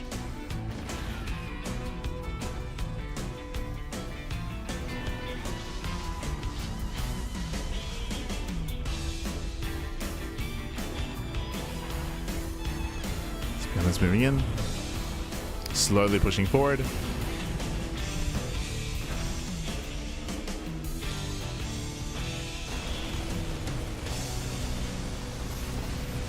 Let's go on to cancel. Takes on the Nexus. herO rotating over. Running into more ghosts. Running into more EMPs. Another EMP lands.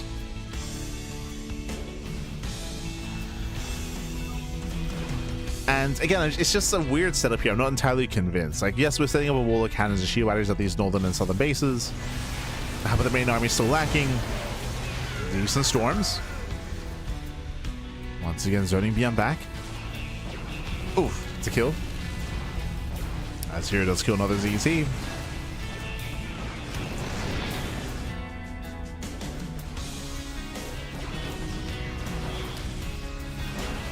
Just distracting ByuN. Zone's burning a lot of his resources, true. And we did just lose 2 CCs.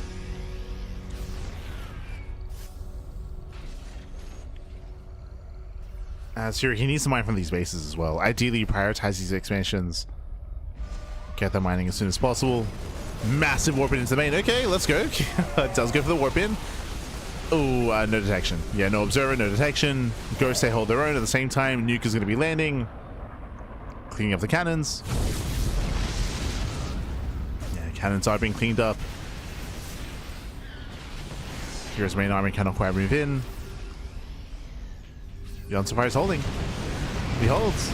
Shuts down the prism, attacks across the map. Deflects the main army. So far, so good. So far, so good.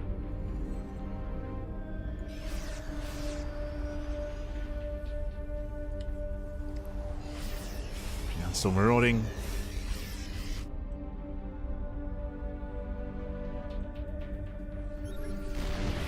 It's still difficult to push just because herO has map control. And he does have a bank, so it doesn't take him too long. It doesn't take him too long to rebuild. Oh, as Liberation has arrived, does force the storms. Both Liberators will go down. Not bad. Catching out 2, but there's still a third. And there's still one more Liberator.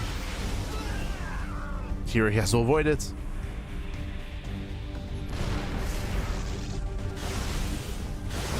And it does scrap by. Oh, it does stick around too long here though.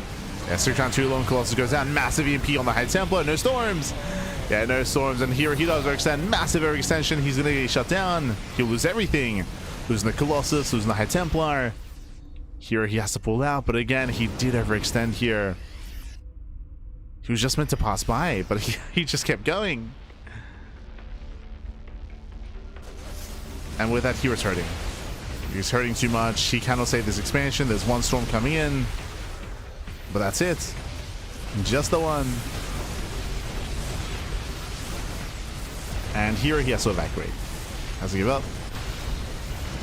West top side, we see here it does take a better fight. True. Let's take a better engage.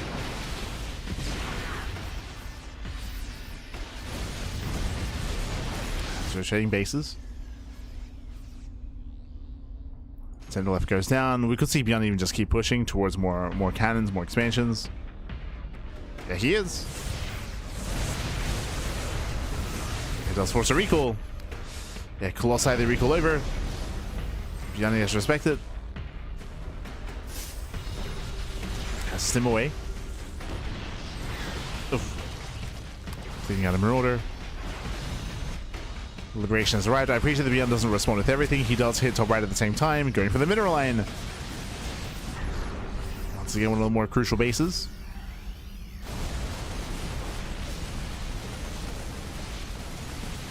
We'll bring it down.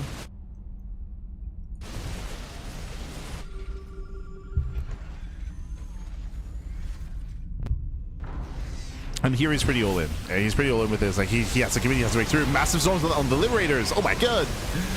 Yeah, Liberators, they stand in the storms. But there's still so many liberation zones there. Yeah, they do set up and massive connections. Colossus going down. And once again, here he plummets in supply. We even come in from behind. Yeah, surrounding the army. There's no escaping this. The final Colossus will fall. And with that, ByuN, he has too much. He's snubbling out control in ByuN. He should not back up. He should not turn around. That's a massive fight in favor of ByuN. Here he has nothing. He has 3 Stalkers. That's all he's got. Keep going. Have some confidence back. Be true. Keep going. I mean, ideally, ByuN pushes into some of the more important bases, into the natural and towards the main, but instead he's playing it safe. We're going for the fringe bases instead. We'll still get the expansion, but very safe play here by ByuN. Very safe. So we could have gone for the kill move, Pappy, the kill shot.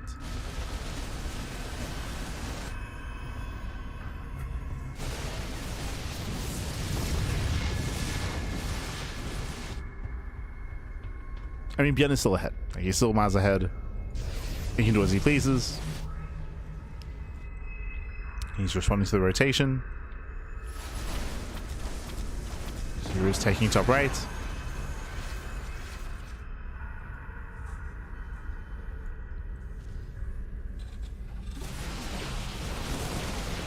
He's trying to, at least. Trying to claim top right. Silverman moves in. Once again, does try to distract. We go to Wall of Planetaries here and Liberators. And again, it was just a really weird game here from herO. Not that he was being very defensive. Like, it was fine. Like, he was slowly, like, taking bases and throwing down walls of cannons and shield batteries and setting up these defensive lines. But I kept bringing up time and time again, and I'll keep doing it, lack of fleet beacon. Like, usually if you're playing this style specifically, if you're playing this like hyper, like defensive, like mass side defense style, usually what the side defense does is that it allows you to get away with teching up and transitioning, right? Because you're able to rely on less units because you have all this side defense to build up in towards a fleet beacon, into a mothership, and into potentially sky toss as well. But instead here, he just stuck with this more like mid-tier army, a much more mid-tier army instead. And he just kept trying to rotate, and he failed to break through. They kept trying, but he just could not find a way into ByuN's bases. And it was punished for staying on that low-tech army. And with that, ByuN, he just snowballs out of control. Takes down more expansions.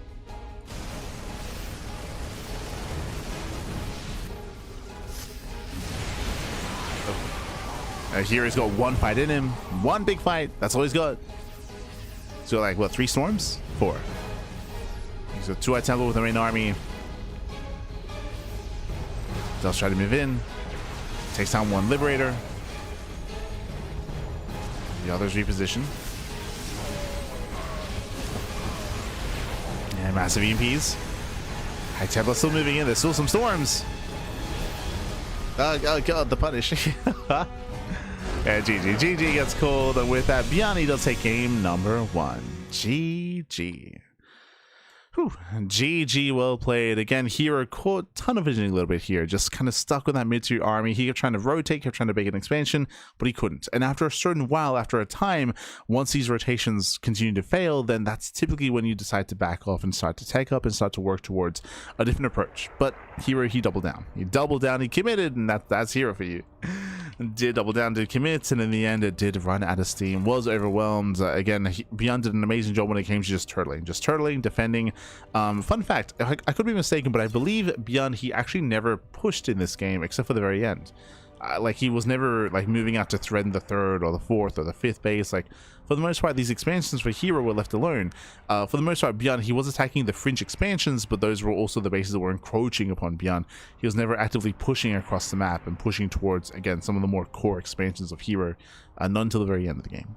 GG. GG, well played. With that, ByuN takes the lead, and now we're going to be loading into game number 2. Let's go. Going to be loading into Mothership. Let us go.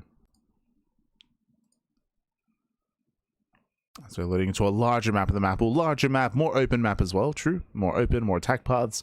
As a result, it can be quite difficult to play this more turtle heavy style, just as the bases are more accessible. Much more accessible here. Spawning in the top right hand corner of Mothership, we have the red Protoss player. We have the South Green Protoss representing T1. It is herO. And spawning in the bottom side of Mothership, we have the South Green Terran player. We have the Blue Terran leading the series 1-0, representing Shopify. It is ByuN. And spawning in the top right hand corner, we have the South Green Protoss player. We have the red Protoss for T1. Down in the series, can he bounce back? herO. Oh wait, I already did. I don't know if you can tell, but I'm tired. I do apologize. I think you could hear it a little bit in the Cure versus ByuN series, but I was like slurring my words a little bit. I do apologize. It's been a long day. Been a long day. There we go. Here he does scout top left. Does scout top left, and here he will confirm that ByuN is nowhere to be found. Unlike with the Cure series, Cure, he was kind of like blindsided and he was mind gamed and wasn't quite aware where ByuN was. Here it does confirm. ByuN is bottom side.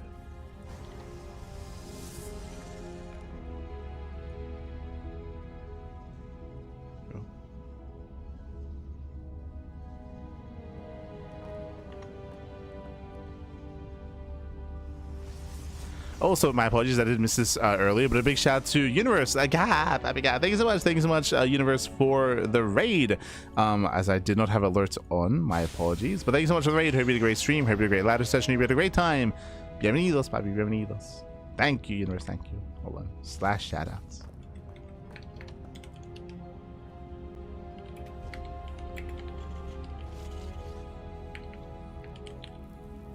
Shout out to Universe.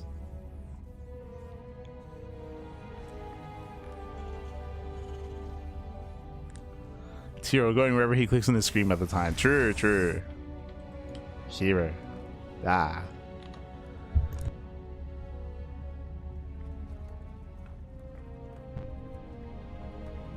Saying herO finally take him into a fleet and go cannon rush into proxy Tempest. True. Oh no.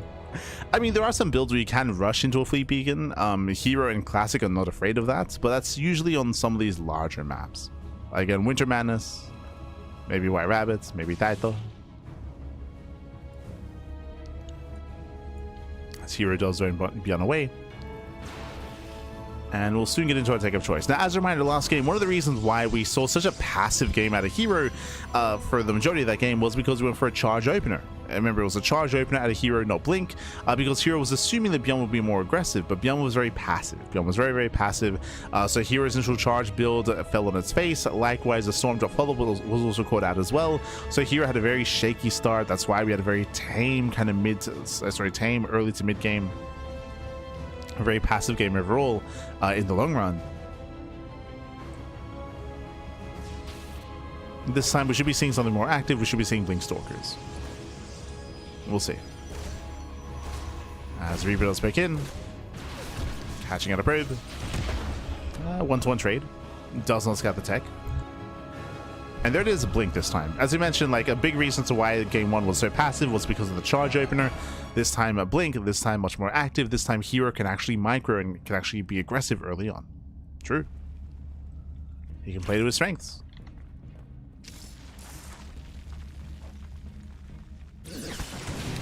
Storm / Colossi is still very scary. Storm Colossi falls off in the late game, as you saw, like especially with EMP heavy compositions. Typically, you do want to get out of Storm and into Disruptors, just because Disruptors are a little bit more secure because they are safer against the mass EMPs. EMPs don't stop the Novas from coming out. So High Templar, they do get outscaled as the game goes on, as you saw last game.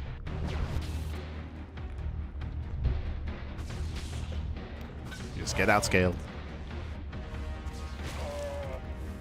Nice pickups here. Very nice pickups. Este Stalker. Catching out 3 Marines. Did lead out 2 Stalkers though, true. As we have our mine drop into the main. Ooh, does focus down the Widow Mine. Here he does hold. And behind this going 2-gate. So 2-gate Blink into a 3rd. So economic build out of herO. He is going to be vying for map control, but again, minimal Stalkers, minimal Warpins, mainly focus on his expansion. Meanwhile, across the map, we have ByuN going for his own 3-1-1 setup, standard follow-up here, building up into his own Bio. Hallucination likewise confirming there's no Cloak Banshee. There's no Banshee play, there's no Core Key follow-up, there's no add-on on the Starport, and we have tanks and Marines amassing. So standard follow-up here by ByuN. herO poking in. Once again with his Blink Stalkers, he can get behind the mineral line. Gets one. Gets one SCV, gets one Marine, and blinks away. Ooh, doesn't get the medevac. Barely not. He wants it, and he gets a pays the price. Pays the price. One Stalker goes down, does get the medevac in the end. Just barely. Clutch trade. Not bad. It was a little bit messy towards the end there. One Stalker did fall, but did catch out 3 Marines, medevac, and the SCV. Well worth it there for herO, but his Stalkers are very low. Stalker's now very low. herO needs to be careful. ByuN now setting up. Oh, he wants our stalkers. He wants them. Oh. Doesn't quite catch him. Auto harass coming in. 5 probe. 6 probe kills. Oh my god. Can we get 7? Not quite. Almost. Yeah, 6 probe kills. Very nice damage here by ByuN. Harassing across the map. And ByuN does take a lead. ByuN does gain momentum. Denying vision, denying scouting. I believe there was a robo, correct? No.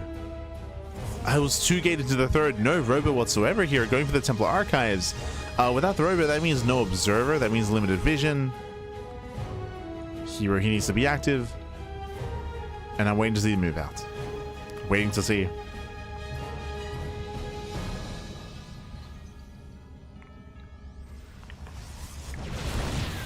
As herO is cutting corners. Working towards Storm.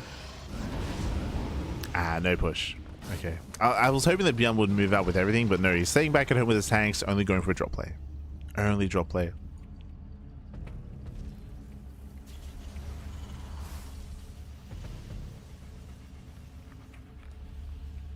Este stalker. Sí, papi, sí.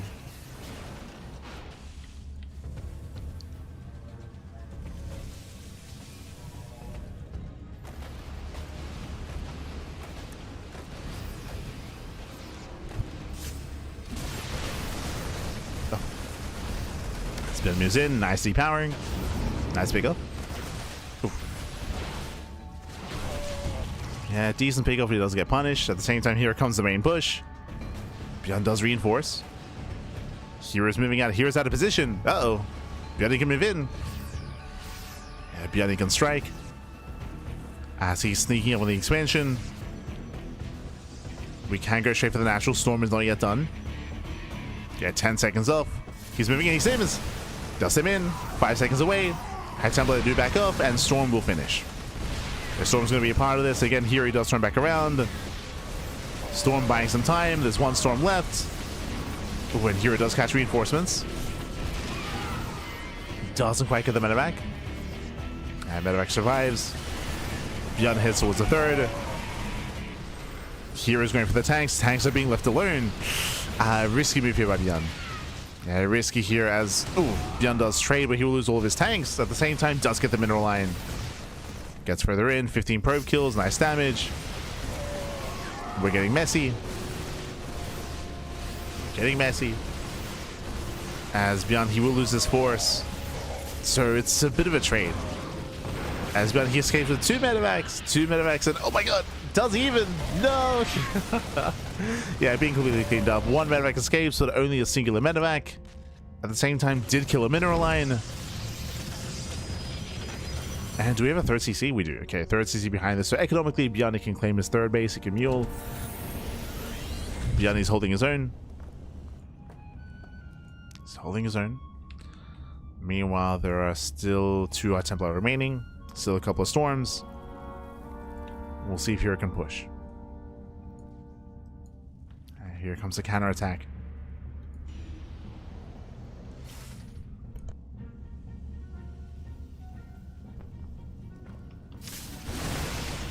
As the last ByuN is ready. ByuN is in position. Baiting at the Storm. Baits at the Storm, pulls away. Ghost now amassing for ByuN.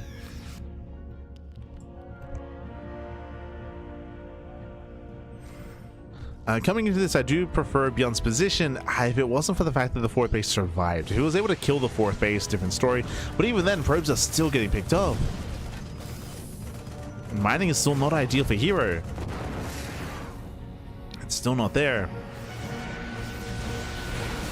Now, likewise, ByuN does him in. Cashing out some Stalkers.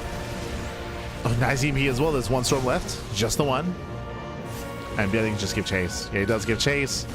Cashing out all 3 High Templar. Ay, ay, ay. The all 3 Templar, the Sentry, couple of Stalkers. herO getting caught out. And he's still such a ways away from Colossus. By the way, that's the first robo. Here at over 10 minutes. We're just now getting the first robo. Ay, ay, ay. Here's in trouble. Again, here he has no Colossi, no Robot, no mortar production, relying purely on storms. Speaking of, High Templar getting sniped. There's 6 Templar left. The Templar, they're mainly here at the main base, at the natural. Hero pushing towards the 4th. I do like this a little more. Like, Hero's already been crippled economically. Now going for the expansion. Hero's coming in there. The storms are coming as well. Oh! EMP lands on 1, but there's still so many more storms. And ByuN is trapped. ByuN is cornered. Gotta pick up, get the hell out of here. Oof. The storm of the Stalkers. Oh no. The friendly fire.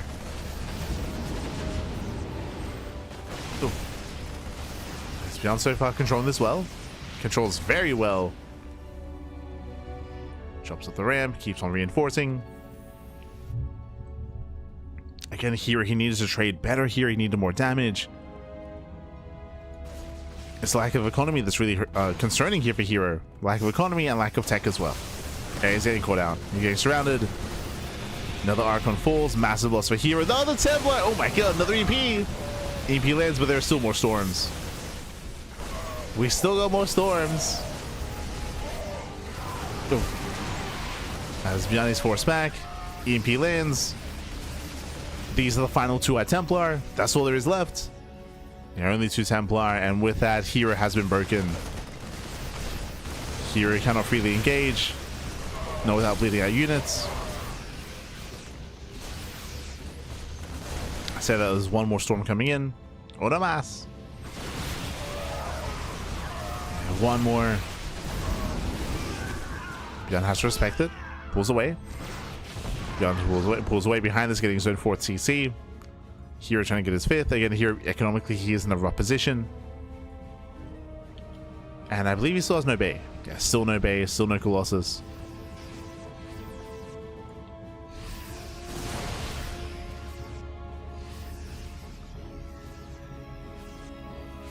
Here he has a massive gateway army, but still the EPs are insane.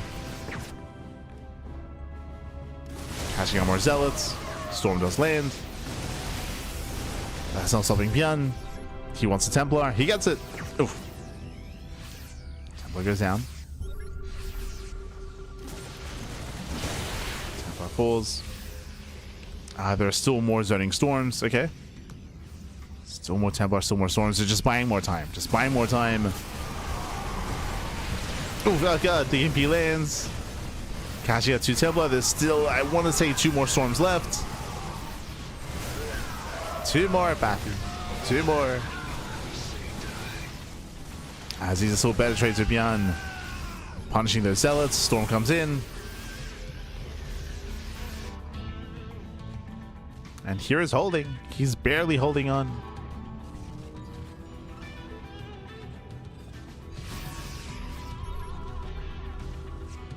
Again, it's still very much on the knife's edge. If an EP lands and if all the storms are denied, then that can be game.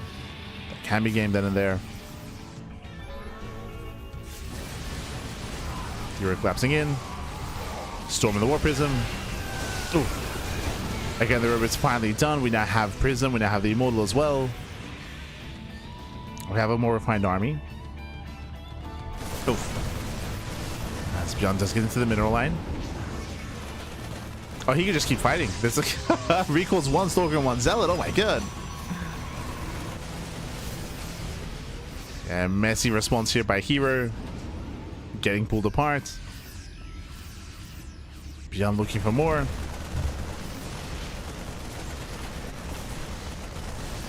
As that's another worker. That's more harassing damage.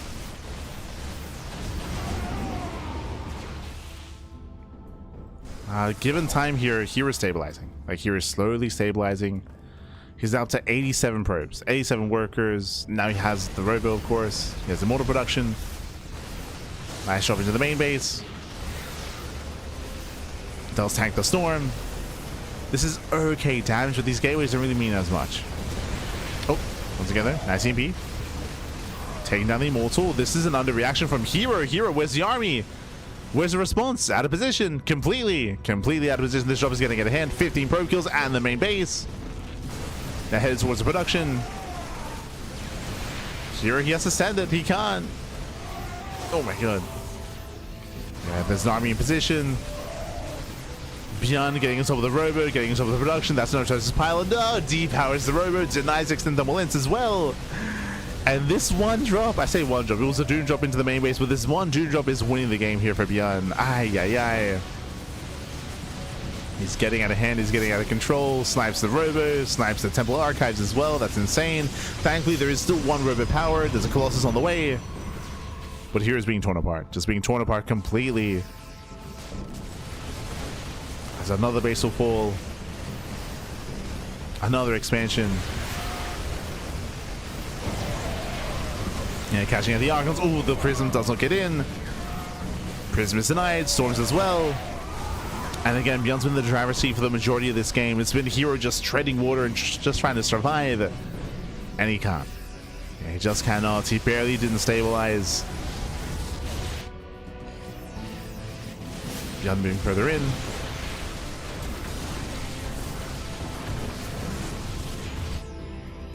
And herO can't keep up. That's going to be 12 probe kills. Insane damage. That CP ensuring there's no recall. There's no fast response. Here he's spread thin. He will lose the entire mineral line once again. 19 probe kills. Another base goes down. And herO cannot keep up. Cannot keep up. Not like this.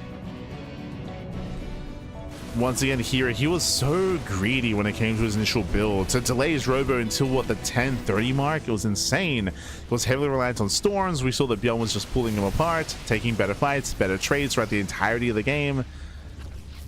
It's been herO on the back foot for the past what 8 minutes ish, 8ish minutes. He's been on the back foot,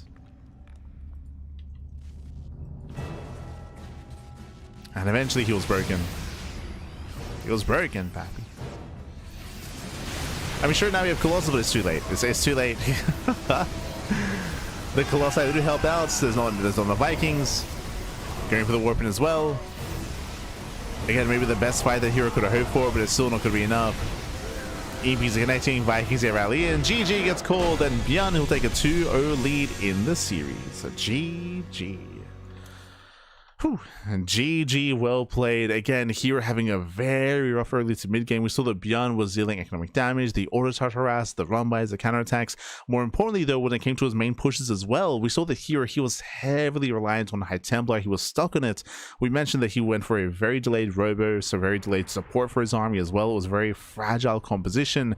And again, he was just being torn apart. We saw that ByuN was just getting better and better trades, having more efficient fights, and of course grouping the economy as well. There were a couple of moments, if you recall, again, it was like 6-7 minutes ago, we were like, oh, like ByuN has done it, like ByuN has broken herO, killing more workers and now trading him, but herO was hanging on. So that was really impressive. Like, I feel like any other player would have died then and there, but herO, he did hang in there for quite some time, hoping to try to recover and hoping that some storms would land, but we never really saw any juicy storms. Like, we never quite got that, of course. And again, it took a really long time for herO to embrace Colossus. He only did it at the very, very end. So here he was stuck with a subpar army for a very long time there. And with that, GG. With that, GG, well played. With that, ByuN does take it to a lead in the series. Now we're loading to game number 3. Let's go. Gonna be loading into Lumen. Ah, some of the more chaotic maps. Vámonos, papi, vámonos.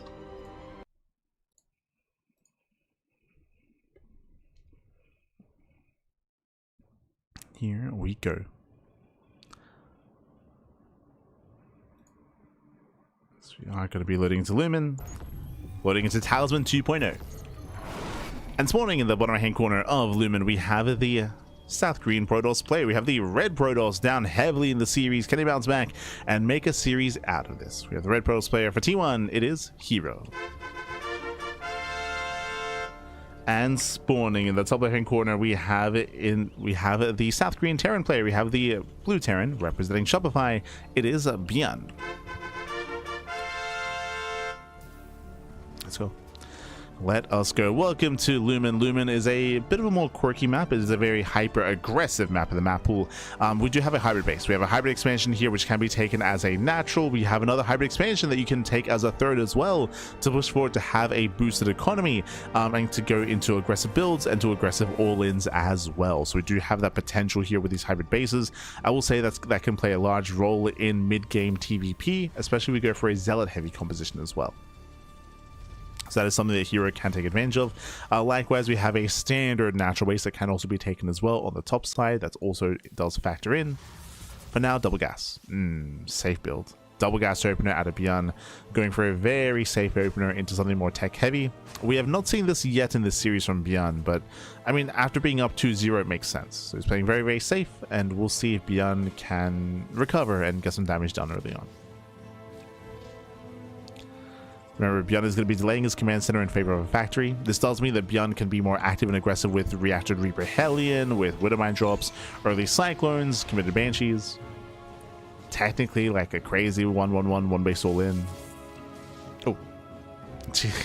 As the probe gets away. Yeah, the probe does get away, does confirm the factory, of course.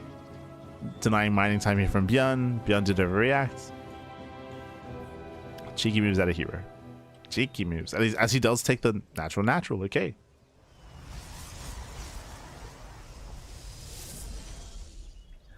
Does take the natural expansion. Eyes are on herO.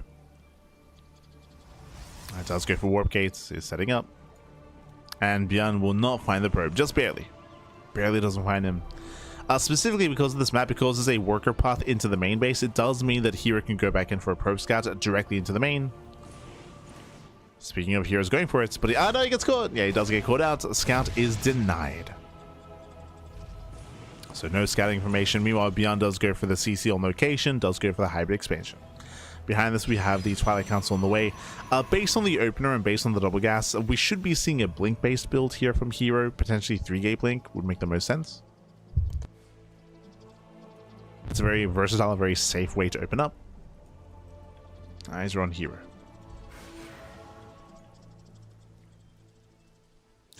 Oh, as ByuN, he actually does double down here. Once again, committing into Reactor Reaper Hellion. Bold move. Very, very bold move here. Again, hyper aggression out of ByuN. The goal here is for economic damage. The goal here is to get across the map and to get into the mineral line. I will say the entrance to natural, it's decently sized here, but here it's already working on walling it off, and it's going to be more difficult for ByuN to get in. It's going to be difficult. As he's moving out. Behind this, we have a second Rax on the way before the starport. Oh, hello. This is a little bit old school. We have not seen this in quite some time. There's a high chance that ByuN throws down a third Rax. If we see a third Rax before starport, that's a 2-base all in. Reaper Hellion into the natural. Oh, doesn't quite break through. ByuN does overcommit. Forced to pull away. As ByuN just try to poke in.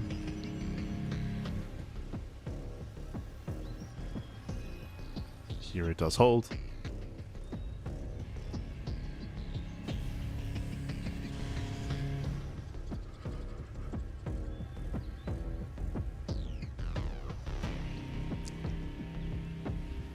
Here he does hold, he does defend.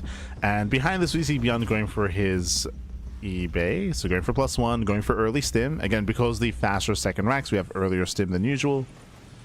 Early stim, early combat shields, early bio. That's why we're expecting a third Rax as well. And there it is. Yep, third Rax. Third Rax, hyper aggression out of ByuN. This is the setup for a 2-base all-in. Is the setup. It's on herO to confirm what's going on. Needs to confirm.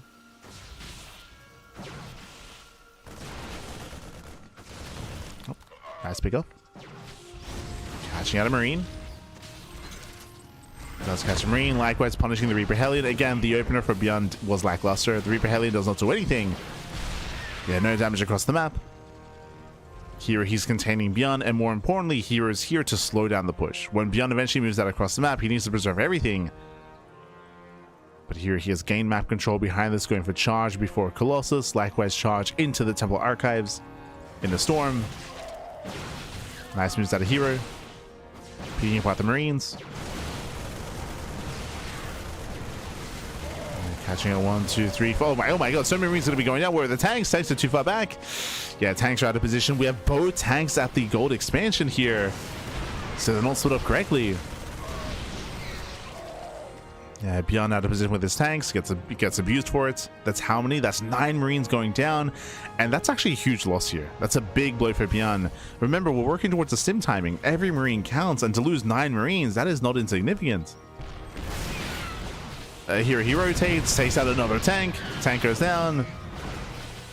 And ByuN's being pulled apart. Behind this, we have 2 more Raxes on the way, confirming, of course, the 2 base all in, the 5 rack setup.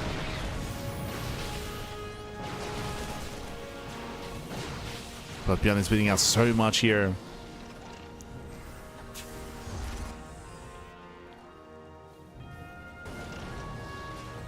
As herO rotates.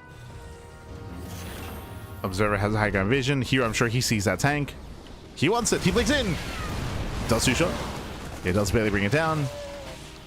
Tank falls. We have 2 tanks left. Add-on's going to be getting picked up as well. And ByuN is falling apart here. Oof. Yeah, ByuN, he is struggling. Tank does siege. ByuN is holding onto the main, but again, just the army is heavily damaged. And again, ByuN, he wants to be across the map by now. He wants to be across the map pushing. He's stuck at home. Oh god, and we're dropping in. Taking out another tank. Another tank goes down. The Archon massive volleys on the Marines. GG gets called and herO overwhelms. We have a series. We have a back and forth. GG. Whew, GG, well played. Here he does fight back, does put a point on the board. Winding it back here again for the first time this series, ByuN went double gas. For the first time, ByuN, he went for a double gas opener into a 2 base all in. And likewise, it's a very unique and quirky map where ByuN did have his tanks, I would say, misplaced.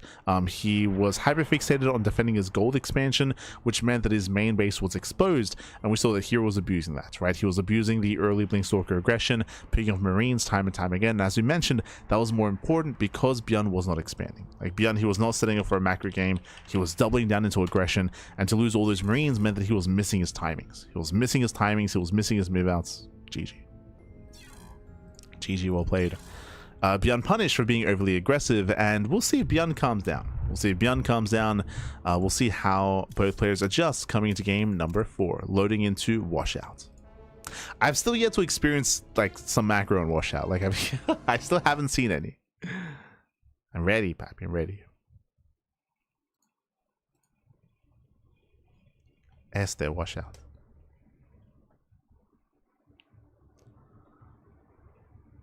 So we're loading into game number 4.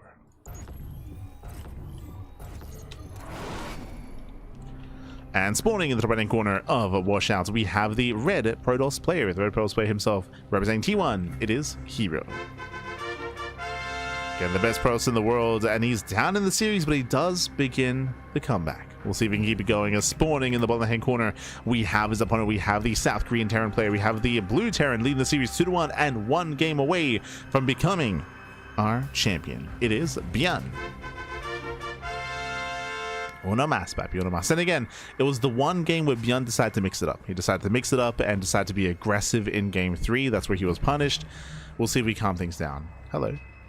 As ByuN is going for a fake proxy Rax. Okay, and herO, he should scout. He does check further back in the main, and oh, he does not check the corner.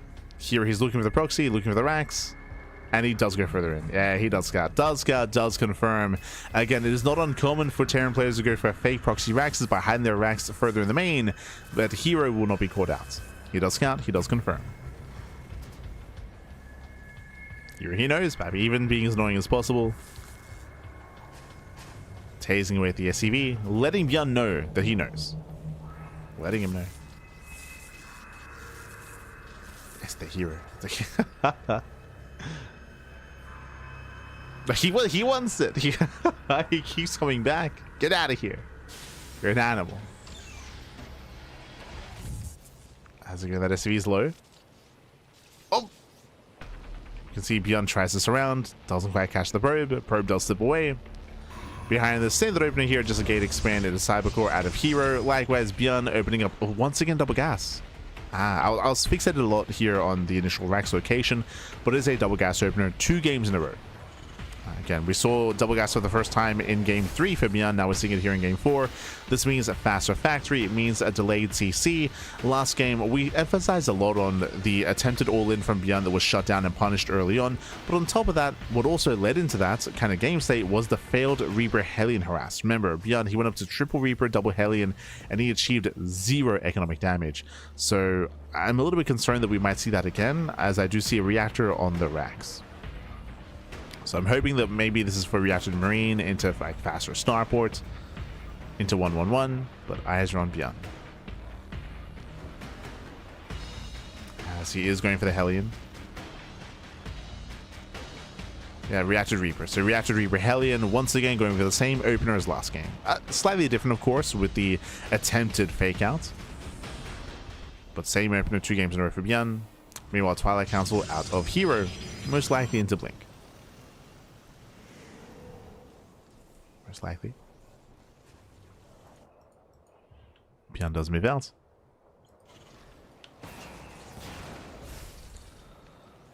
ByuN moves out. The hallucination does confirm the move out as well. Likewise confirms additional Reapers and additional Hellions. herO setting up. He's ready with the sentry.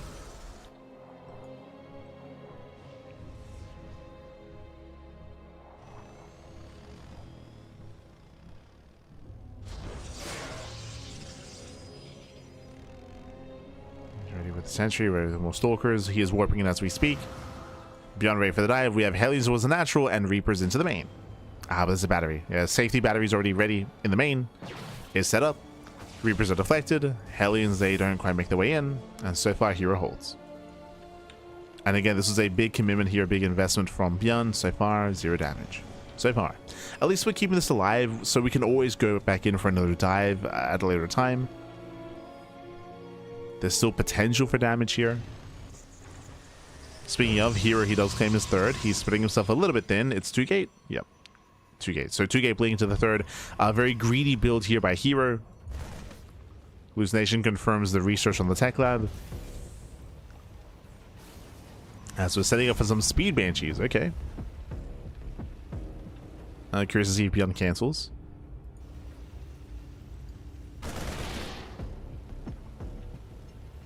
So we have speed banshees on the way. This is a style that was popularized last year. This was pre-patch, pre-buff to the patch as well, where we saw, because it was so common for Protoss players to be opening up Robo and so common to have early observers, Cloak Banshee fell out of favor, fell out of fashion, and Speed Banshees fell into favor as they were a way to add extra micro potential and to harass and deal damage more so than Cloak Banshee, because observers were so of the norm at the time. Okay, that was last year. We saw it a lot from Maru and from ByuN initially. It was around, I think it was around like DreamHack Dallas of last year, around then. Maybe before that.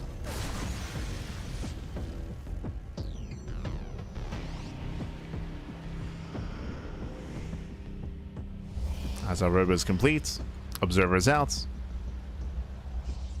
As I mentioned, it's just very normal to get observers early on in PvT, so Cloak Banshees are just less useful. Oh, nice catch. Nice catch here on the Reapers, on the Hellions. Ooh, ByuN getting caught out. At the same time, there was a rescout, and we do see a completion of Hyperflight Rotors. Okay. Hyperflight Rotors does finish.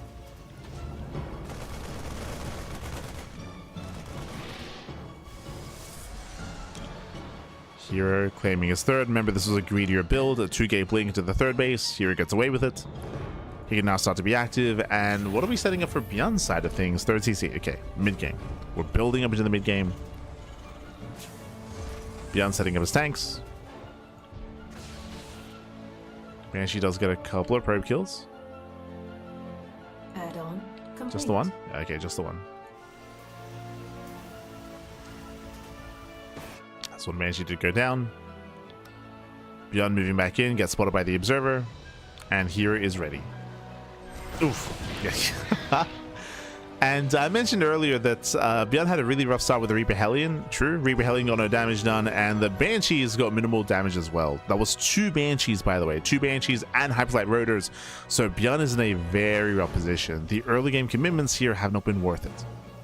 The Reaper Hellion, the Speed Banshees. Behind this, we have a Dark Shrine all the way for herO. I mean, herO, he has momentum, so why not? Anytime Dark Shrine. True, true.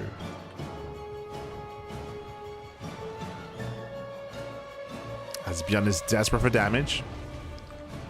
Moves out with a double drop.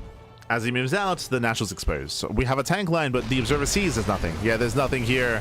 Here he just goes straight for the kill. He gets 1, 2, he gets all 3 tanks. Ay, ay, ay. And there's nothing at home to defend. There's barely an army. Mind Shot goes off. The Prism survives. We can just keep on warping in. And that double drop was punished. Yeah, it was punished in the end. As here, he snowballs out of control. He breaks that Natural, now pushing further into the main base, going for the production. GG gets called, and we are going to the ace match. Whew, GG. GG, well played. We're tied up 2-2 here. Again, 2 games in a row now. ByuN has been going into these double gas openers, and the issue here is that it does put a lot of onus on ByuN to get damage done early on, because he does open up more tech heavy, and he just hasn't found that damage. As we mentioned, the Hellion Reaper Harass did 0 damage. The Banshee Harass was not worth it either as well, and because of the rough position that ByuN was in, he felt pressure to drop, right? He felt pressure to go out with a drop because he needs to do something across the map, and as he moved out, the Observer saw the move outs, and herO moved in. Here he moved in as he did see the push, as he saw how exposed the Natural main base were with that Observer. Did prompt him to kill. And with that, we're going all the way to the ace match. Loading into game 5, loading into Storm Surge. Oh boy. Here we go. Loading into another one of the TLMC maps, true. TLMC 22. Loading into Storm Surge.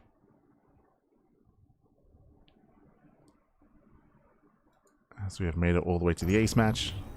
Let's go. And spawning in the bottom left hand corner of Storm Surge, we have the red Protoss player. We have the South Green Protoss representing T1, fighting all his way back into this. Can he potentially pull off the reverse sweep? He was down 2-0, by the way. He was down 2-0, and now he does tie things up 2-2. It is herO. And spawning in the top right hand corner of Storm Surge, we have the South Green Terran player. We have the blue Terran. He was up 2-0, Bap. He was up 2-0, and he's been going for non-stop higher tech and more committed builds for the past 2 games with that double gas. We'll see how he does adjust coming into the ace match. It is ByuN. Let's go. Let us go. As we are opening up, welcome to Storm Surge. Storm Surge is one of the newer TLMC maps in the map pool. Sorry, soon to be in the map pool, potentially. It is a top 16 finalist map from TLMC 22. Was submitted in TLMC 21 as well, but did not make it anywhere near as far. Not make it through. As once again, double gas. Okay, once again, double gas opener. Now, I should emphasize, these past 2 games, we've seen non-stop double gas Reactor Reaper Hellion. This doesn't have to turn into Reactor Reaper Hellion. This can go into earlier Cyclone play, earlier tank push. This can go into earlier Banshee play, into faster Cloak Banshee or faster Speed Banshee. There are different ways to kind of approach this with the excess gas or with the excess factory. Technically, this can turn into a 1-base all-in. True. I don't really see ByuN doing that. If we were casting Maru, 100%. Like, I would take the idea of a 1-base all-in more seriously. Like players like Maru, players like Ryung, players like Gumiho. ByuN is typically not that chaotic. Typically. But now there's that factory. ByuN does fully wall off the ramp. And eventually he will shut down this probe. As the Reaper's on the way.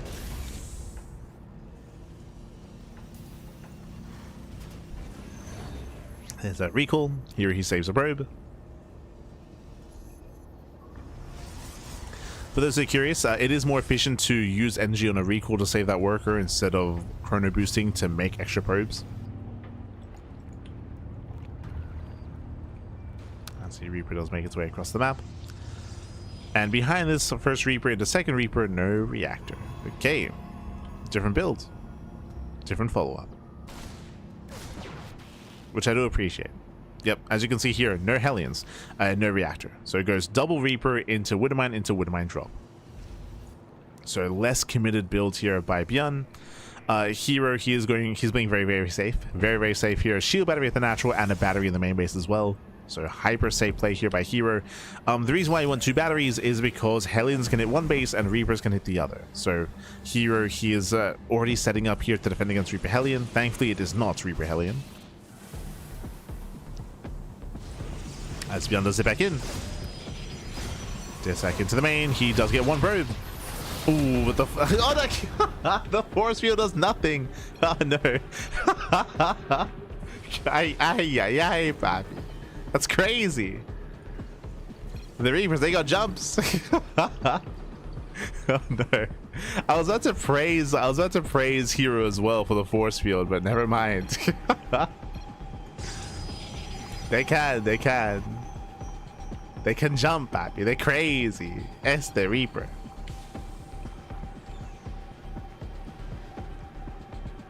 It's little moments like that as we do scout the triple drop. Ooh, more committed, by the way. herO should have known that every map maker is a Terran. True. I love that. What I love is that there are little moments like this that brings all the casters together. Like everyone's casting like on their own channels, and like where we all get to experience it together. There we go. Reaper dip in towards the natural. Going to be causing a distraction. I would say this was a little bit premature. Ideally, you want to be hitting with your Reapers into the natural, and then bam, you drop into the main. Ideally. But the Reapers are dealt with, and now herO can focus on the drop. Medevac gets slow. Does unload in time. Up! And herO does pull away. Losing a Stalker. Okay. 2 Stalkers even. Not bad. 2 Stalkers go down. Did we get 3? 3 Stalker kills. Okay, so ByuN, he does trade. It's a bit of a back and forth. It didn't get any economic damage. It gets a full scout and trades with the army. Not bad.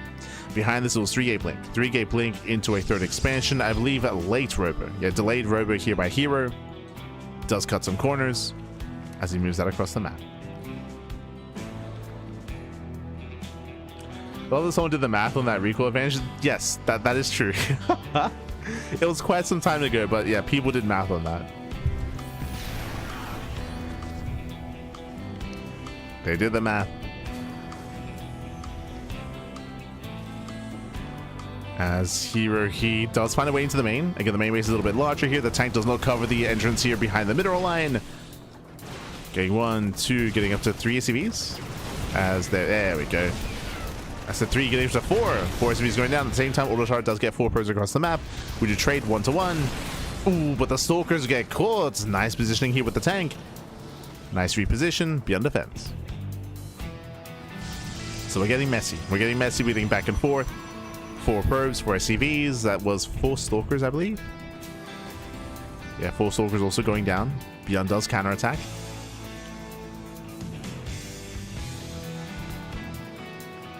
ByuN is pushing.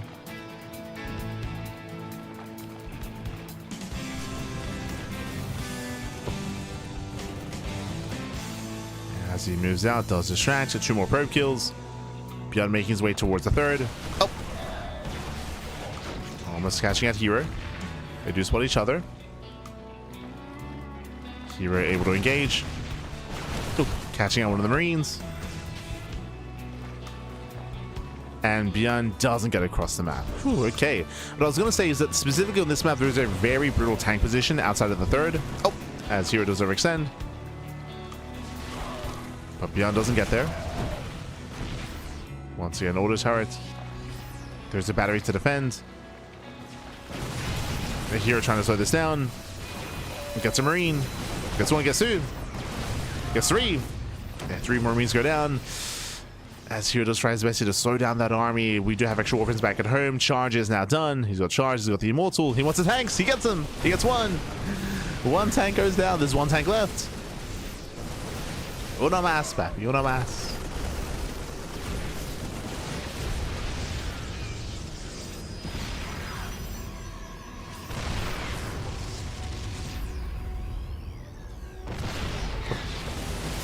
Yeah, now with extra zealots, he does collapse on top of the army. Final tank goes down, and now, oh no, misrally. Bit of a back and forth. herO does misrally into the army. But overall, herO defends. Here he's defended, now there are no more tanks. What I was going to say is that specifically here, there's some really brutal tank positions where you can set up the tanks here at this little pathway, and you can actually just punish the pathway in between the third and natural. And even hit the Nexus as well. But ByuN didn't get there. Did not get there. Didn't quite make it through. herO catching reinforcements. ByuN commits. He commits in. There's the armor shred. And he shreds the armor, stims in. Mine shot going off. Catching out the zealots. Yeah, decent mine connection stalkers. They come in from behind, but there's so many marauders. Yeah, so many marauders here. ByuN, he's breaking through. He's breaking on through. Boys are being pulled. Desperation out of herO. He's desperate. Oh my god. Yeah, desperate for damage. As ByuN's reinforcements are delayed, herO's buying time. Here he's buying time. Setting up his third. Bearing in mind behind this, ByuN does have his own third CC. He can soon land. He's not all in.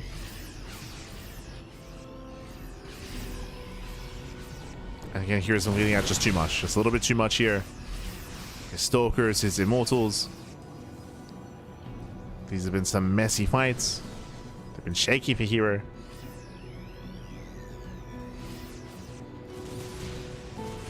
Now rotating in. Colossus is on the way. Oh, nice time with the Marauder. Does snipe one. Another armor shred on the main army. Oof, brutal connection. There's a sea of mines here that you can drag the army into. And here just can't engage. Yeah, here he just cannot engage. Not like this. Oh my god. The Zealots are just getting picked apart. There's still, what, 4 lines behind this as well. Under the army. But the Colossus has arrived. True. So the Colossus will help. Mines are cleaned up, and herO holds. Here he does barely hold on. He's holding on, but behind this, he's behind economically. He needs a 4th expansion. Now expansion on the top side. Now, what I will say, fun fact, we actually never really got to this stage on Storm Surge, at least in other games we've covered, but the 4th base is very difficult to maintain here. The 4th base is further out in the open, whether it's the 4th base on the right-hand side, in the center, or over towards the left. It's a very isolated expansion. It's going to be so difficult for herO to maintain once it gets scouted.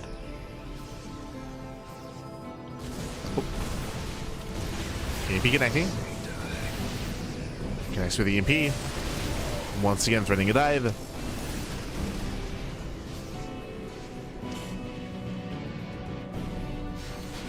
ByuN does pull back. He pulls back. He's still not aware of the 4th expansion, by the way. That's a little bit concerning. Hoping he rotates. Okay, ByuN, he is rotating over. Okay. He rotates, he will check. Knocking down the rocks. And this area is just so much more open. Can herO make a stand? So far, he's got 2 Colossus, soon to be 3. Gonna have 3 Colossi, but there are just so many Marauders here. This army's built a tank. It's so Marauder heavy. The Marauders got the Vikings as well. herO finally working towards disruptors. Something we asked of herO in previous games, where he was maybe too storm heavy. The Novas are coming. And ByuN is maxed. He's maxed out. I would hope that ByuN does press the advantage here. We don't want to leave herO alone. ByuN scans. Now moving in. Armor shot here on the Colossus. Colossus going to be going down. Nice pick up. Gets 1. Yeah, gets 1. Now going for the other as well. 2 Colossi should fall. Army stems in. Mass EMPs. And there's only 1 Colossus left. Yeah, only 1. And with that, ByuN is done. He breaks on through, takes down the Disruptor, takes down the Colossi. No buffer, no more support, and ByuN, who will break the main army. The boys are being pulled desperation out of herO. And here he almost pulled off the reverse sweep. Again, he was down 2-0. He forced the ace match. It was impressive. Yeah, it was impressive. But ByuN, he brought it back. Yeah. Again, we had a very chaotic early game. Both players losing workers. We saw herO being punished by blinking into the bases. Here he lost map control. And ByuN just kept rallying. Kept rallying, kept pushing. Likewise, the base, the map also comes into play here. The fourth base is very isolated, and there's no shot. We can't hold on to this. Fourth base goes down, and ByuN, let's go. Este ByuN. Yo, we're looking for ninja bases. Are we? GG gets called, and ByuN will claim the series 3-2, taking down herO, becoming the PiGosaur Cup number 72 champion. GG. Whew. GG, well played. ByuN, he will claim the series. Again, a very intense back and forth here in the ace match, with ByuN going for a very different opener. If you recall, he went for a Woodmine Drop opener instead. He was going for his Woodmine Drops. He was going for his Raven Harass, where he was trading. If you recall, his Woodmine Drop Harass actually killed Stalkers, not Probes, but it was still like a pretty even trade, if not even greater trade, catching out 3 Stalkers. Likewise, we saw herO also counterattacking, but he bled out 4 Stalkers in the process as well. So it was a very, very intense, very back and forth. We spoke earlier how abusable, how vulnerable the third base can be on this map, but ByuN, he didn't quite get his tanks on location. Instead, we had that back and forth trade. herO barely holding on, catching reinforcements. It was very close, very intense, but in the end, herO couldn't claim a fourth, right? Economically, he could not keep up, could not maintain himself. GG, well played. As ByuN, he did snowball out of control, and congratulations again. herO, he's typically favored. He's typically favored. I mean, he is the best Protoss player in the world, and he's often favored here against players like Clem, like ByuN, like Cure. But here for this event, ByuN does fight back. It was still very close. It was still very intense. Went all the way to the ace match, of course. Very close, very intense, but very impressive play here by ByuN. GG, well played. Congratulations here to ByuN. Shout out to herO for making it to the finals, and for again almost pulling off the reverse sweep. Like, that was, I was very concerned coming into the ace match. I was like, yo, like, ByuN, we gotta calm down, but we gotta calm down. So very concerned coming into the ace match, but in the end he did bring it back. GG. With that, we are going to be wrapping up here for the day. I was showing this off earlier by accident, but here we do have our schedule for the rest of the week. Again, it's been a very intense week of StarCraft, and I was very fatigued this morning, so I do apologize. As you can see, Friday morning there was no cast. There was going to be, but we did decide to leave it open here just to rest up a little bit. It's been a very intense week full of StarCraft, and we needed some time to rest, Pappy. And by rest, I mean just edit VODs, schedule VODs, work on socials, all that good stuff. That was done this morning. But tomorrow we do have the GSL rebroadcast. Now, if you missed it, GSL was live last night, and we were live casting it. We were live casting over on Soup. We were providing coverage over on our Soup, on the Soup platform, of course. But we cannot share those VODs until 48 hours after the live stream. So we did live cast on Wednesday and Thursday, and VODs are going to be available on Saturday and Sunday. That's where the schedule is. We'll be premiering over on YouTube. So we do have the GSL VOD of Group A and Group B that's going to be available here this weekend. Likewise, we have the Thermal 2v2 Circuit April edition also tonight as well. Tomorrow night. It's going to be after GSL. Oh boy. So again, we have our GSL rebroadcast coverage over the weekend, and some 2v2 action as well. That's going to be wrapping up the week of StarCraft. Coming into next week, we're going to be covering some Wardy TV Monday action. We're going to be live casting GSL the round of 8, Group A and Group B. So true, bear that in mind. Once again, we're going to be over on Soup when it comes to live casting GSL. We also have Kung Fu Cup, Sparkling Tuna Cup as well, and more events. If you notice something, we typically do host our open tournament, Sparkling Tuna Cup, on Sundays, but as you can see here, there's an open space on Sunday. Why is that? RSL. RSL does begin this weekend, and we won't be casting. If we wanted to, we could cast it, but we're not going to be casting RSL. But we don't want to go over it. Like we don't want to like clash our schedule with the RSL schedule. I know there's going to be a bunch of people that are going to be more interested in watching RSL, so we don't want to clash with it. So Tuna Cup is going to be moved to Tuesday. For this week specifically, just as a heads up, due to RSL, we are moving Tuna Cup over towards a weekday instead of the weekend. It'll be going back to the weekend when RSL wraps up. So whenever there's RSL or Home Story Cup or Masters of the Game, or whenever there's like a big like weekend tournament, we usually do facilitate for that, and we do typically reschedule our event to the weekday. Just as a heads up. What else we have next week? We have the Patches Patch Clash. That's going to be on Monday the 4th. We have StarCraft Evolution League doubles tournaments. That's going to be Friday the 8th of May as well. Yeah, Friday. And we have the podcast next week as well. And if you notice, but we do typically have the podcast on a weekly basis. The podcast is our weekly talk show, all things StarCraft. We do have like a weekly wrap-up show. It's usually on Thursdays, but we had GSL. Right, we had GSL this week, so we did have to reschedule podcast. That means that the next podcast is going to be a long one because it's going to be 2 weeks worth of content. Oh boy, it's gonna be intense. So we did reschedule podcast just because we were so busy this week with GSL and with everything else going on. The podcast will be returning next week, just as a heads up. But otherwise, thanks for watching. Thanks so much for tuning in. With that, we're going to be wrapping up here for the evening, and we'll be back tomorrow again with that GSL rebroadcast coverage, and also with some Uthermal 2-2 content as well. We'll see you. Otherwise, thanks for watching. Thanks for tuning in. Stick around. We'll be giving another StarCraft streamer a raid. Who's live at the moment? Who is live? Who can we raid? Un momento. Let's have a look here. Let's have a look. We'll give some love to Trigger. Trigger, he competed in GSL this week, so we'll give him some love. Give him some support. Este Trigger. Oh, he's smudging playing Terran. God damn it. Este Trigger. We'll give him some love. Otherwise, thanks for watching. You can help support us by following us on all the socials, of course. ! Socials in the chat. You'll get a link to all of our all of our links. So we have YouTube, Facebook, Twitter, Discord, Mastodon, Blue Sky, all things CranKy Ducklings. If you want to support us, you can do so via our socials. Likewise, you can also support us via Patreon, exclamation mark Patreon as well. Our Patreon does fund our tournaments on a regular basis. Tournaments like the Tuna Cup. Yes, we are rescheduling Tuna Cup to Tuesday, so no Tuna Cup this week, but is funded via the Patreon. Is all funded. Always, thanks for watching, and we'll see you guys tomorrow for some more StarCraft. Until then, ciao, bye, ciao, hasta luego. See you next time.